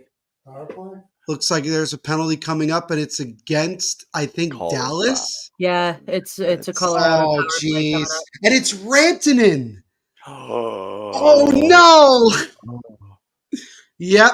Where's Josh Manson? And put him on power play 1. Tell McCarr he's sitting the last 90 seconds. It's Josh Manson time. Not gonna happen. Oh no! I want it. No, but you know what's funny, Bailey? He was the one that drew the penalty. Mm-hmm. So there you go. Josh Manson contributing even when he doesn't score. That's a penalty all day long. Yeah, he's so good. Oh, Mikko. Manson said, "Sit down." Manson really just like bop to the ground. But like fans get upset about that, and it's like, dude, like that's a trip all day. Like, yeah, every day hooking they got him for. Twice on Sundays. They got him for hooking. Hooking. Yeah, no, that's what that looked like. It was too high. Yeah. It's a penalty regardless. Let's put it that way. Yeah, no, absolutely. Right.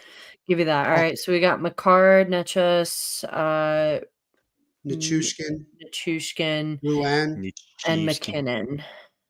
Wait, Duran is power play 1? He is. I know that. The chemistry that he and McKinnon have is it's 4 forwards, right? Is that what they play? Tier.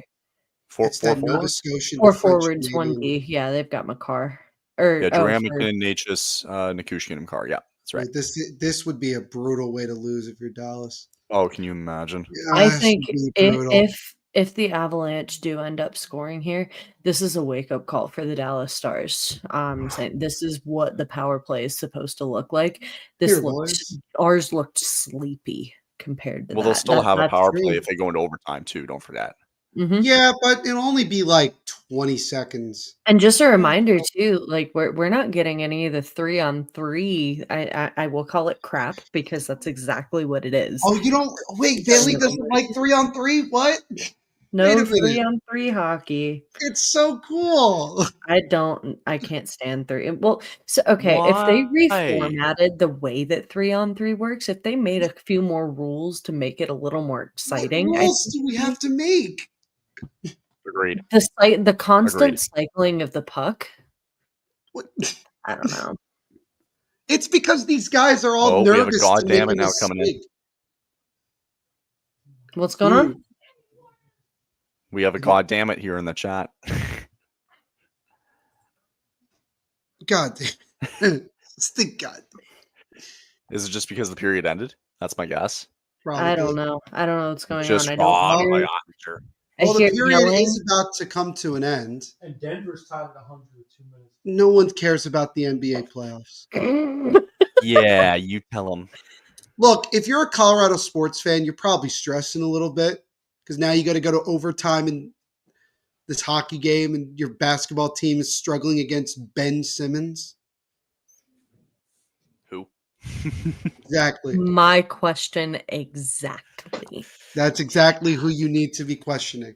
But we have overtime. Yay, Kyle. Overtime hockey in Dallas. Get excited. Kyle, get excited. And I'm the only one not suffering because it is currently 10:30. I'm like Cartman. Like I told you, Bailey, I took a 3-hour nap. I'm pretty much like bright-eyed and bushy-tailed at this moment. Well, Kyle's on his own here. Notes. I'll have another glass if you guys want me to. I mean, Neil, if you're feeling that way, you can finish it. If only I didn't. I brought wine up or down to Colorado Springs for my grandmother for Easter, and I didn't bring it home. I am regretting that now. Shoot. I'm like Cartman from South Park. Just damn it. Yes, we're going overtime. Oh god. See, I have like flashbacks and not the good kind when it comes to playoff overtime. Anytime I think of it, I think of the one game between Carolina and Florida that went 3 20-minute overtimes. And And remember in that same game, the Panthers had scored, but it got waved off. Mm-hmm. They had to keep playing, and then it finally happened. Mm-hmm. That's why, if I'm not mistaken, that's why Kachuk like left the ice as quickly as he did, because he was like, so. I want to make sure this is a good goal. Yep. Mm-hmm. No, really quick, Kings made it up. Sorry. Oilers 5-3. just scored again. It is now 5-3 Corey with a little Perry. over 12 minutes to go in the third. It was Corey Perry. I see, Connor, I totally agree with you. White wine all the way. Yeah, white wine. You want me to do white wine? I'll do white wine for the second. No, for the so my thing, honestly, I don't care. White wine is usually, I don't know. I'm a sweet wine person. So as long as it's sweet. Oh, no, this is not. You will not enjoy this one bit. I'm sorry, Bailey. I apologize for See, that. I'll drink. It's dry. reds What we make is sometimes. dry. So Yeah, I'll drink dry reds from time to time. There's this beautiful place. If you guys are ever out in the Colorado Springs, what is it, Manitou Springs area of Colorado, there's a beautiful restaurant in the mountains called Wines of Colorado. And all of the wine, all of the spirits are Colorado based. So you're not getting anything imported from anywhere. It is solely Colorado made spirits, and that, again, that includes vodka, whiskey. awesome. And it is my favorite restaurant out here. It is incredible. But yeah, that is some of the best dry red that I've ever had, and I have their spicy sausage and arugula rigatoni, I think it is. And it's incredible. Rigatoni. With the What was that? rigatoni. I'm going to take a very quick commercial. I'll just do one commercial break here. Yeah. Yeah. I'll be right back. Everybody go get a snack, get yourself a beverage, and come back and join us. I'm gonna get white wine if I can find it. Yeah. Okay. I'm just gonna do one commercial, so we'll be back in a minute. I'll be back. Yep.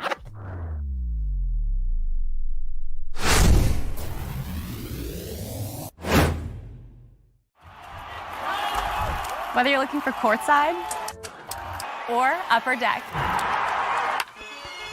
opening day or opening night, comedy or concerts.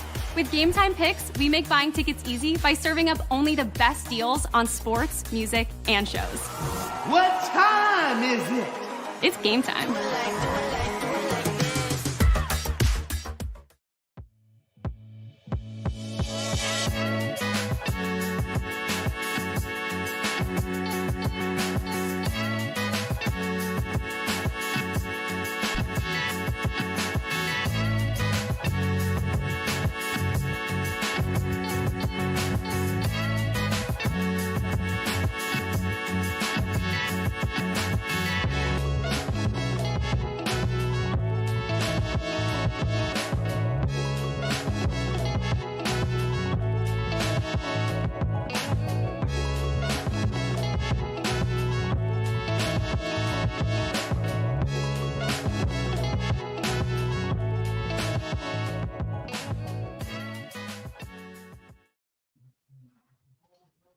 Where'd he go? Go find his white wine. He's on it. I like his little spiral staircase there. I know. I had never seen a spiral staircase in an actual house until last fall when I started babysitting for this family on a regular basis. And they had a spiral staircase that went down to their basement. Yeah. Prettiest thing in the world. And I almost fell and broke my ankle on it. My grandma had a spiral one too, but it was all wooden, and for whatever reason it was like really slippery. So as a kid, I would literally slide my bum down and go. You guys talking crap about the spiral staircase? I have beef with spiral staircases. Oh, okay. Well, this is not my choice. Neither. That's why I have a piano here, but you guys don't say anything about that. No, I love the piano. I saw the grand. What'd you say? It's pretty. I didn't even see the piano. Nuggets lost. That's unfortunate. All I didn't right, even see run the it back to hockey, you guys. Back to hockey. We'll turn the tides because I feel like I talk a lot about the team that I cover. What are you guys seeing out there? I have to step away again. Hold on. Just go, Kyle. Go. Just go. For Dallas, I mean, they gave themselves life again, and I think the going into overtime here, you're going to give Colorado's going to get the jump, obviously, because you still have 30 some odd seconds left here on the power play, so you're still going to get some sort of jump here. But I mean, with Dallas, what a way to fight back. Sometimes you got to get some dirty goals, some garbage goals in front. And you need a little bit of luck to go your way, and they have an opportunity here to finish the rest of this power play and maybe try to change the tide a little bit. But overall, I think it's been a really good game so far, though. Really competitive on both ends. That's, in my opinion, what playoff hockey is all about, right? Like you get these opportunities to really hash this kind of stuff out. Oh, yeah. Oh, we decided to stick with the red, Neil? Aw. Yeah, screwed up. No, we couldn't find the white one today. Sorry. Maybe tomorrow. Bailey, if you're not doing anything and you see the stream, you might see it tomorrow. I don't know yet. We'll see. If you guys are still on by the time I'm off work, I'll see what I can do. I think we're starting. I think 6. 6. Yeah, 6 tomorrow. I think we're 6 o'clock tomorrow. This freaking schedule, man. No, you guys are starting as soon as I start at work. Anyway, no. I'll send you a picture on Twitter. Yeah, I'll send you a picture. No, but that's what playoff hockey is all about, right? Is getting these opportunities to hash this kind of stuff out. And in my opinion, as much as it might suck for the late start times, I love overtime playoff hockey because there's really no limit. It's still the sudden death, but it's so much more exciting for me to watch because you're still seeing this full best on best kind of changes situation. Everything, man. And if I'm Dallas, I'm really, this is a do or die. It is for me. Sunk here. I mean, you and I have talked a lot about, if Dallas drops this game, this changes the entire series for them. This really is like a do or die situation in overtime for this Dallas Stars team because, like you said, they have kind of clawed their way out of a deficit. They're really kind of evening the playing. I hate saying the playing field, but like you get the gist. It's like this is evening the score in the most obvious sense of the word. And if there's anything to prove, it's going to be here in the next 20 minutes, hell, even in the next, however many seconds they have going into this power play. Who knows? You got to be careful, right? You're Penalty kill, right. in the NHL, man advantages are funny because it really can go either way. If you lose possession, all of a sudden that can change the entire momentum of the game. So they really need to be smart with how they're playing their special teams and deploying their special teams here. If they get opportunities, Colorado really is a time to defend and make sure you're not having any of the defensive breakdowns. It's now. Yeah. Who do we have for predictions? I need to hone in and try again with my predictions. Do we have to, is it time for the serious answer and not Josh Manson? Yes. Okay, great. Noted. So I'm gonna go Matt Duchene for Dallas. Mm-hmm. And I'm gonna go Cale Makar for some reason. I don't know why. Yeah, I'll go Cale Makar. Makar and Duchene. Nice. Neil, Bailey. I was going to say, did you want me to go next? Or do you want Bailey to go? I was going to say I can't. I'm. Let me figure out a microphone situation. I cannot hear you guys through my mic. Uh-oh. Well, should I just go then, Kyle? Yeah, go for it. Okay. So for me, I think for Dallas, I'm going to go with Wyatt Johnson. I think Wyatt Johnson's got himself a goal in this one, and then for Colorado, I'm going to go with Logan O'Connor. I think he's had a really good game already with a goal and an assist in this one. And I think he's poised to have another big moment here. He's continued to have a strong early start to the series. So I'm going to go with him in this one. There's for some reason there's a part of me that wants to say Brock Nelson, but I don't want to do that. You don't feel comfortable saying it. I don't, because I don't think he'll play very much in overtime, but I could be wrong. Okay. All right. So those are my predictions. Bailey, how's the audio? You're on mute. You're on mute.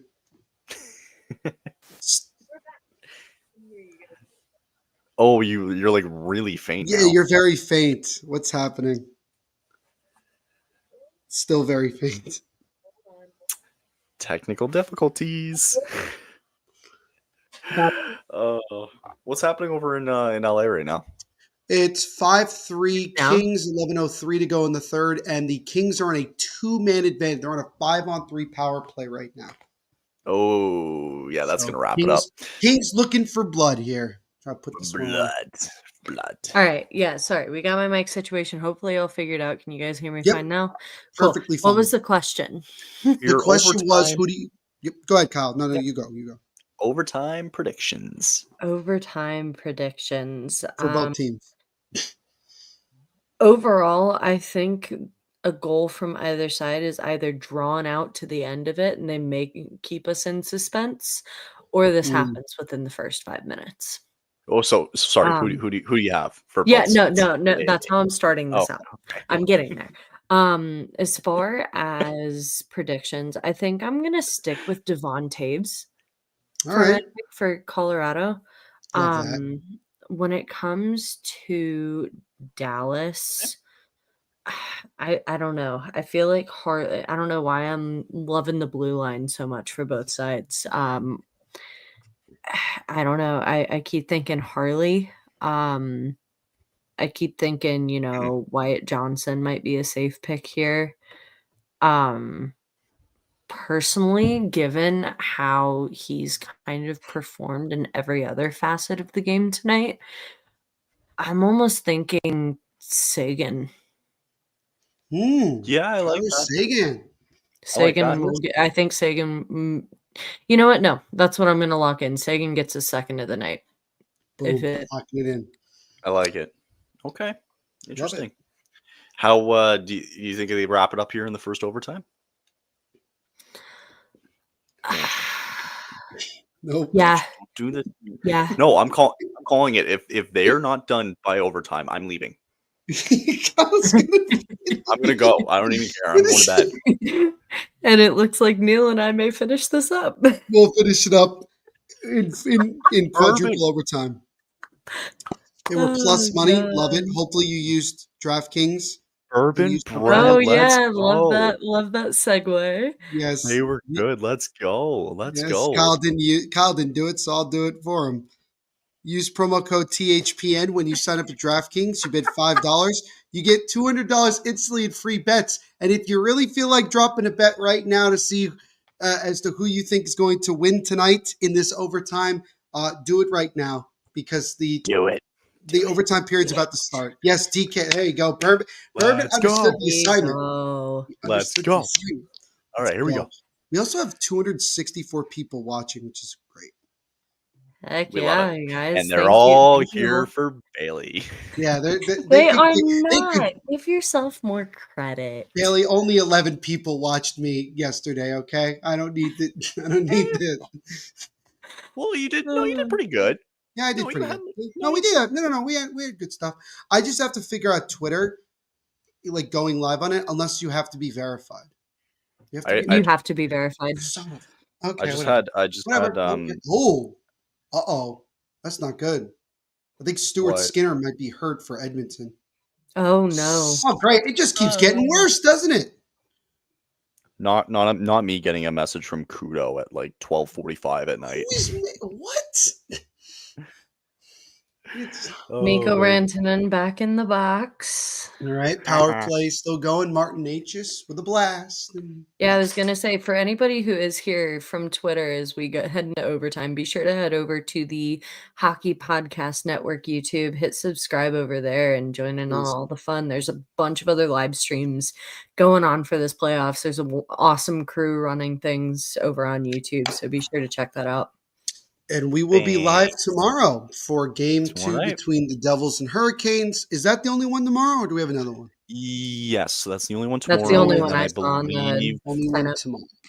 I believe Wednesday. I can't remember, but there's something every night until Saturday. I know that. Someone is doing. Yeah, that's yep. I was going to say, if anything's happening for game 3, I am boy. not going to commit to that just boy. yet. Oh, that's fine. Ooh. Yeah, don't worry about it. Wow, Good save for Ottinger so there. close. 10 seconds left here, but again, like Colorado's set up so quick on the power play. This series is the definition of speed. Like speed. It's their favorite movie is Cars because it's just I am speed. Life is No, and I think that's been the biggest thing for Dallas to get a handle on is the pace at which Colorado plays. Yeah. The amount of speed their top 6 has the top 4 D pairing and D pairings. Like it's that speed is something a lot of teams have trouble keeping up with in the NHL, and Dallas is just one of them. Someone's stick from the Colorado bench, like they're just showing like the rush, like almost got like knocked the puck down, like from the bench. That would have been impressive. God. It would have been a penalty, but it would have been impressive nonetheless. 100%. Like guys got to be careful of that, man. Like keep your stick in, man. Like frig. Yes. It's like frig. Frig. What the frig, dude? Why did that remind me of Shaggy from Scooby-Doo? Like Zoinks. Zoink Scoob. Also, Bailey, while you were talking so poetically, Kyle was singing Life is a Highway by Rascal Flatts. Oh, God. Well, you were talking about cars. Yeah. Okay, but like he started singing the whole damn song. I don't blame him. It's a good song. It's about as good as Cars is country one of gets. the best Disney movies. Oh! Don't say anything. Do not say anything. Oh my goodness, what a play. I'm just gonna say that. Here's my answer. A goalie interference almost? No? No. That's not what I'm referring to. Boom, round. Going down the You'll get other there, way. Kyle, you'll get there. Yep. You'll get there. Holy crap, Blackwood. Wow. Holy moly, Blackwood. You guys are really ahead of me. Holy crap. Yeah, Kyle, what's happening? You may have to restart your stream. 1808 is what I'm at. Maybe I will. Wow. Holy moly. What a cross ice pass, too, to find Marchment. Good grief. Wow. Well, not the lateral movement. That was ridiculous. What a save. Blackwood. This is I said it on Saturday. I'll say it again. This is a clinic from Mackenzie Blackwood. This is actually insane. What a save from Blackwood. What a save. Nobody's won yet. I thought that was I thought they scored. The way that they reacted at first. No, the way that it no one looked. won yet. No, Bourbon, no one's won yet. No score, no final score yet. We almost had one. What a save. That lateral movement, that's a split. Oh, for sure. Oh, right there. That is nuts. Man, Colorado's got to get it out here, man. Oh, they got it out all right. Oh, okay. Sorry, Kyle. Is that spoiling it by being like, oh yeah, they already got it out. They're fine. No. You're not missing anything. It's not. It's also not going back to Bailey's good grief. I just think of Charlie Brown. Good I was gonna grief. say, what do you do, Charlie Brown? Like, good grief. No, that's what I've started saying. Or I started saying that with kids actually, because I started not having a filter and I needed something to say. I try to say fully good filter. My thing with kids, if I have like an exclamation, that's what I say. Sometimes I'll say like rats. Oh, rats. I like saying fudge. Fudge is always fun. Fudge. It's like fudge. I think is too on the line for me with kids. Yeah, it's fair. Oh, someone just got absolutely torpedoed. Racked. Absolutely racked. You're still way ahead of me, Neil. Apparently. Told you, man. I'm at the 16-minute mark. That's where I'm at. 30 seconds ahead of me. You're 15. I think I told Kyle this one time ago. It's called cable. I got lucky. That sounds like a diss. It's not a diss. I think really it is might like be a- actually. No, it's not. It really isn't. I think you think might I'm be paying, lying, because Neil. you think I'm paying for it? No. Yeah, true. So, like, why would I be dissing it? If I was paying for it, that'd be a different story. Mm. Everybody's streaming nowadays, which is fine. That's true. I will say, while we're talking about guys Need too, more Valeri RSN. Nichushkin has been a little bit more visible, I think, tonight for the Avalanche. He was almost I don't know. He was very disappointing in me for game 1. Right. He's definitely been Like, more well, noticeable in game 2. That's for sure. You're absolutely right. absolutely. Whenever I see number 11 on the ice for the Avs, I keep thinking it's Zach Parise when I know it's not. I know. When I know it's not him. Oh god. Wanted him to win a cup. What a player to be tied to. I wanted him to win a cup so bad. That man deserved it. Just like Pavelski when he was in Dallas. It was like, Oh, please. yeah, that's right. Yeah. Where's Parise at now? Or what is he Retired. doing? Yeah, well, I Yeah. knew he was retired. Is he doing anything? I think he's just Enjoying life? he's just enjoying retirement. On a There boat. we go. On a On a boat. Why does it always have to be a boat? I'm on a What boat. if it's golfing like you, Kyle? Yeah, well, then even better. What if he's golfing? I don't know if I told you on Saturday. Did I tell you I'm getting lessons? Yeah, you did. Bailey's. Yeah. Bailey. I think you might have mentioned that actually. I think you said. Well, if you need more lessons, I mean, you got this guy right here. Yeah, Kyle, she's gonna video chat you. I was and gonna do, say, like, let me take a virtual quick lesson. trip up to Canada. Get some Is my- golf Is my lessons. form right? And it just does the Happy Gilmore. Absolute bomb. Adam Sandler, this shit. Oh, I can't wait for that movie. I would Can't love for like a PGA golfer one time to just say to the crowd, like, I'm about to Adam Sandler this shit right now. And just do it. And just do it. And just do it for once. Like, no one's going to get upset. No one's going to think you're a loser. Like, just do it. It's funny. No, just do it. Just do it. I can't wait for that movie. Correct me if I'm wrong. I think its second Happy Gilmore movie is coming out. Yep. Yeah, Travis Kelce's making a cameo in it, and that was all that my Aw. timeline consisted of for like. Taylor Swift will be in there somehow. She'll be referenced. All the a lot of PGA Tour stars in it, but I don't think you guys care about that.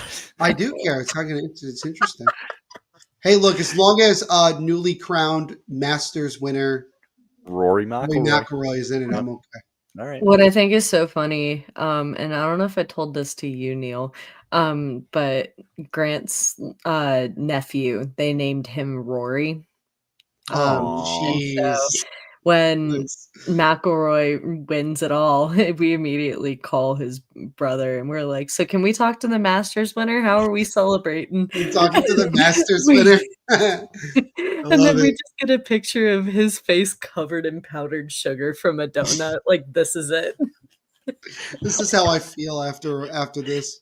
Where's the green jacket? Where's the green jacket? Meanwhile, it's just No, like a I nap. need to Actually, give him one. Kyle, That's his next Halloween costume. That's great. Kyle, I actually meant you'll appreciate this. I actually watched Jeff, what was that tournament we were on? The RBC? Heritage. Yeah, the Heritage. yeah. We watched the end of that watching who ended up winning that?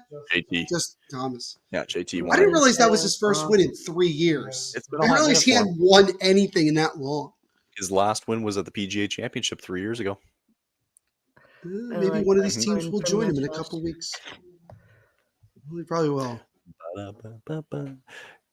I'm loving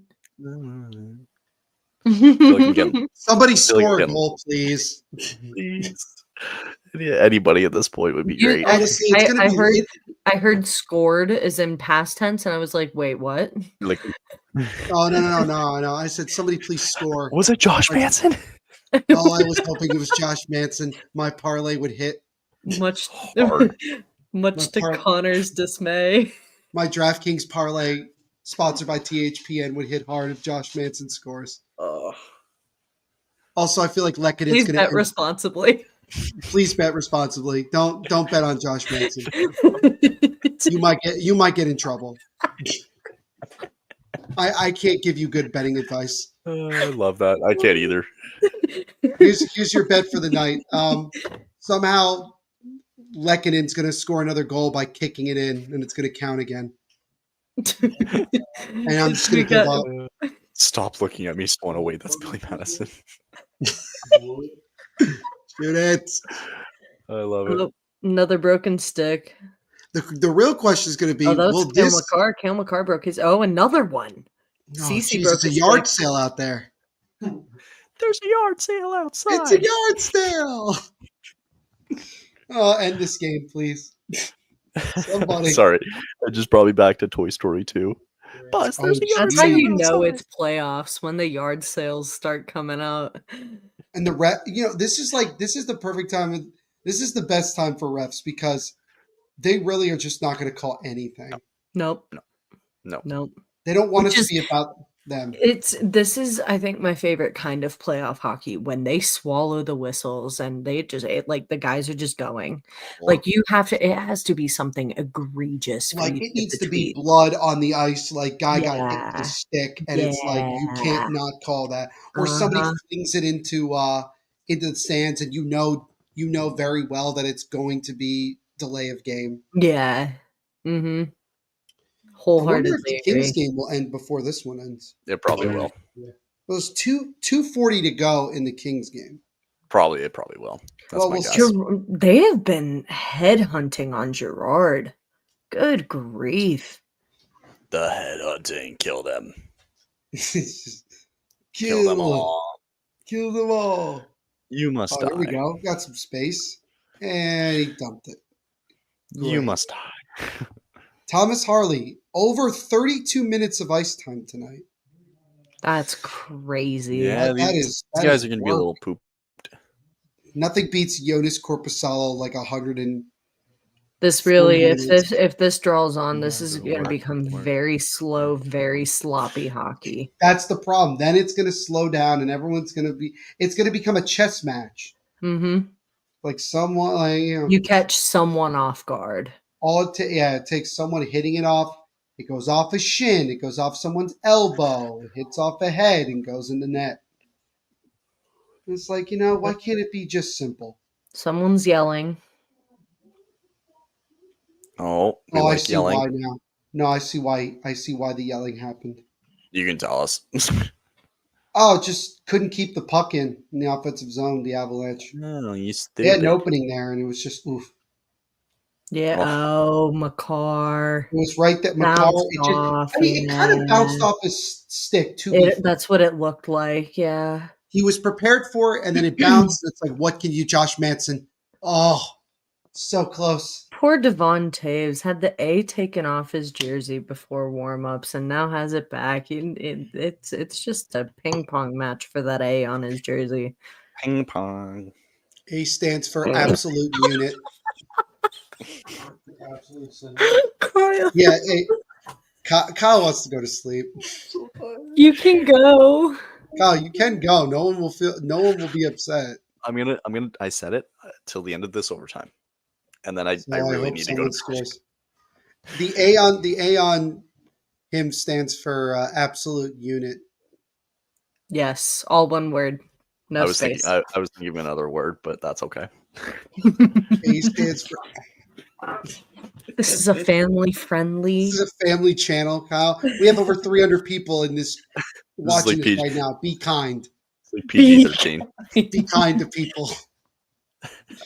Except the refs. You can say whatever you feel. Wow. Be kind or go fuck yourself. It's like the WWE, like, hey, Rock, go fuck yourself. Oh, no. Is it 5-4? 5-4. Oh, my God. It's happening. No. This is about as even as it gets here on the ice, too. 35-35 on shots, 7:25 remaining in overtime. Tells you why we're in overtime, all right? And in the LA game... Wait, no, Colorado just had a shot called back. And the Oilers just made it 5-4 with 2 minutes left to go in the Holy crap. We might get overtime, guys. We might actually get overtime in LA after it being 4-0 Kings at one point. If this game ends before that one does. I'm actually going to laugh. Sorry, what happened there? The Oilers just scored. It's 5-4 with 2:04 to go in the third. Oh. Kyle's words are coming back to haunt him now. That's not great. No, it's not. This is Darcy. sloppy hockey. Snappy Darcy hockey. looks like his first year in LA.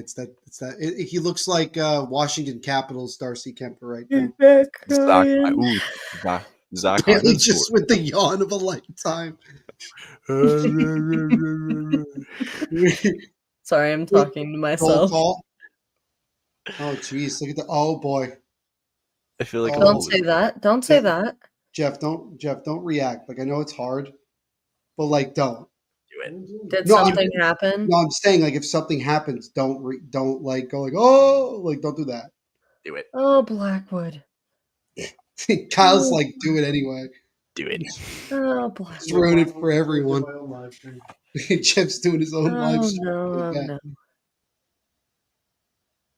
Why can't we be Another song reference. Good save for Blackwood. Great save for Blackwood. Great sequence of saves. He had a couple there. What's happening here? Oh, they're arguing. Oilers have a face-off. Lehkonen, what a chance. Oh, I know. If that had gotten across without hitting close. Jeff, is he cut? Whoever it was. Ooh, Brissell. Ooh, is he bleeding? Ooh, that didn't look good. You know what's gonna happen is like I'm gonna go and they're gonna score. No, they tied it. The Oilers tied it. They tied it. It's tied at 5. What is it? Was McDavid?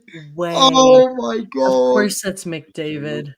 Fucking kidding me? That's crazy. What the sports day, dude? I hate this. Did you see? Was there a penalty called there on Bixel? I don't think it was because I don't think the refs saw anything. They just saw Bichelle down. Is it Bichelle? Correct me. I've always said Bixel, but I could be wrong. You know, Ryan Whitney. What Sorry, the actual Ryan Whitney was like, we might win this thing in regulation. I have this beautiful thing called the NHL media site that I use to see how the heck they say his name. Is Colorado going on the penalty kill here? That's what we were just talking about. No, it looks like it's going to be an empty net. Oh, Kemper, that was brutal. That was so bad, my friend. Oh, he's like the one guy on this roster they don't have pronunciation for. I'll just say Bichelle. I like that. Can't believe it. 2-0. Oh my god, I can't believe they blew it. I hate this sport sometimes, you know. Oh, McDavid. Kyle, that's what you get. Kyle, unfortunately, that's what you get for like wanting the Oilers to get blown out and then they don't. You prayed on the downfall and you're not getting it. I hate Edmonton. I hate McDavid. I hate Edmonton. How do you blow a 4-0 lead? Come on. Crazy. That's not 28-3 because of the significance of it. Like, that is insane. With 1:12 left to go. Hey, Kyle, like if this game between the Avs and Stars ends soon, we staying up for Kings Oilers overtime? We staying up? Kyle doesn't want to be here anymore. So now family friendly. I'm trying to keep it family friendly. Have a beer, Kyle. No, it's too late for that. Beer. Wait, is it being challenged? LA blew it. LA blew it. They were challenging. Oh my god. It's even worse from the other angle. Were they challenging? No, it looked like it first. I think they looked to see if McDavid was offsides. He wasn't. It was clean. It was just like if you get a chance at some point, go look and watch. Like Kemper should have totally had this. Well, so once they put the video on the media site, I'll go back and watch it. Oh no way! Oh, Warren Fogle, the Kings retook the lead with 41 seconds left. What the? What? Oh, Mackenzie Blackwood. Guys, I promise you we're doing the Avs Stars game. I'm sorry. I promise you that's the game. No, I don't blame you.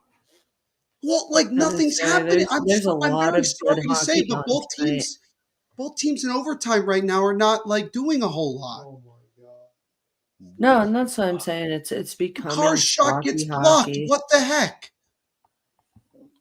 Oh my god. Warren Fogle with the tip of a lifetime. Not Warren Fogle. Former Oiler, I'm just saying. Oh, what a I was blocked shot. I was gonna say that too. Kyle, don't be upset. It's the Kings who scored. Oh, we got punches. We got punches. We got fisticuffs. All right, guys, respectfully, we got 25 seconds left in the Kings. I'm just going to watch this real quick. Yeah, I don't blame you. How dare you? I don't blame you. How dare I? I know. How dare I? Empty net. Oh, thank you, Connor. Oh, Connor is a rat and his German boyfriend. Oh, God. Fight. Kill them all. I thought we clarified this earlier. Put some respect on Leon Draisaitl's name. We will. Yes, we will.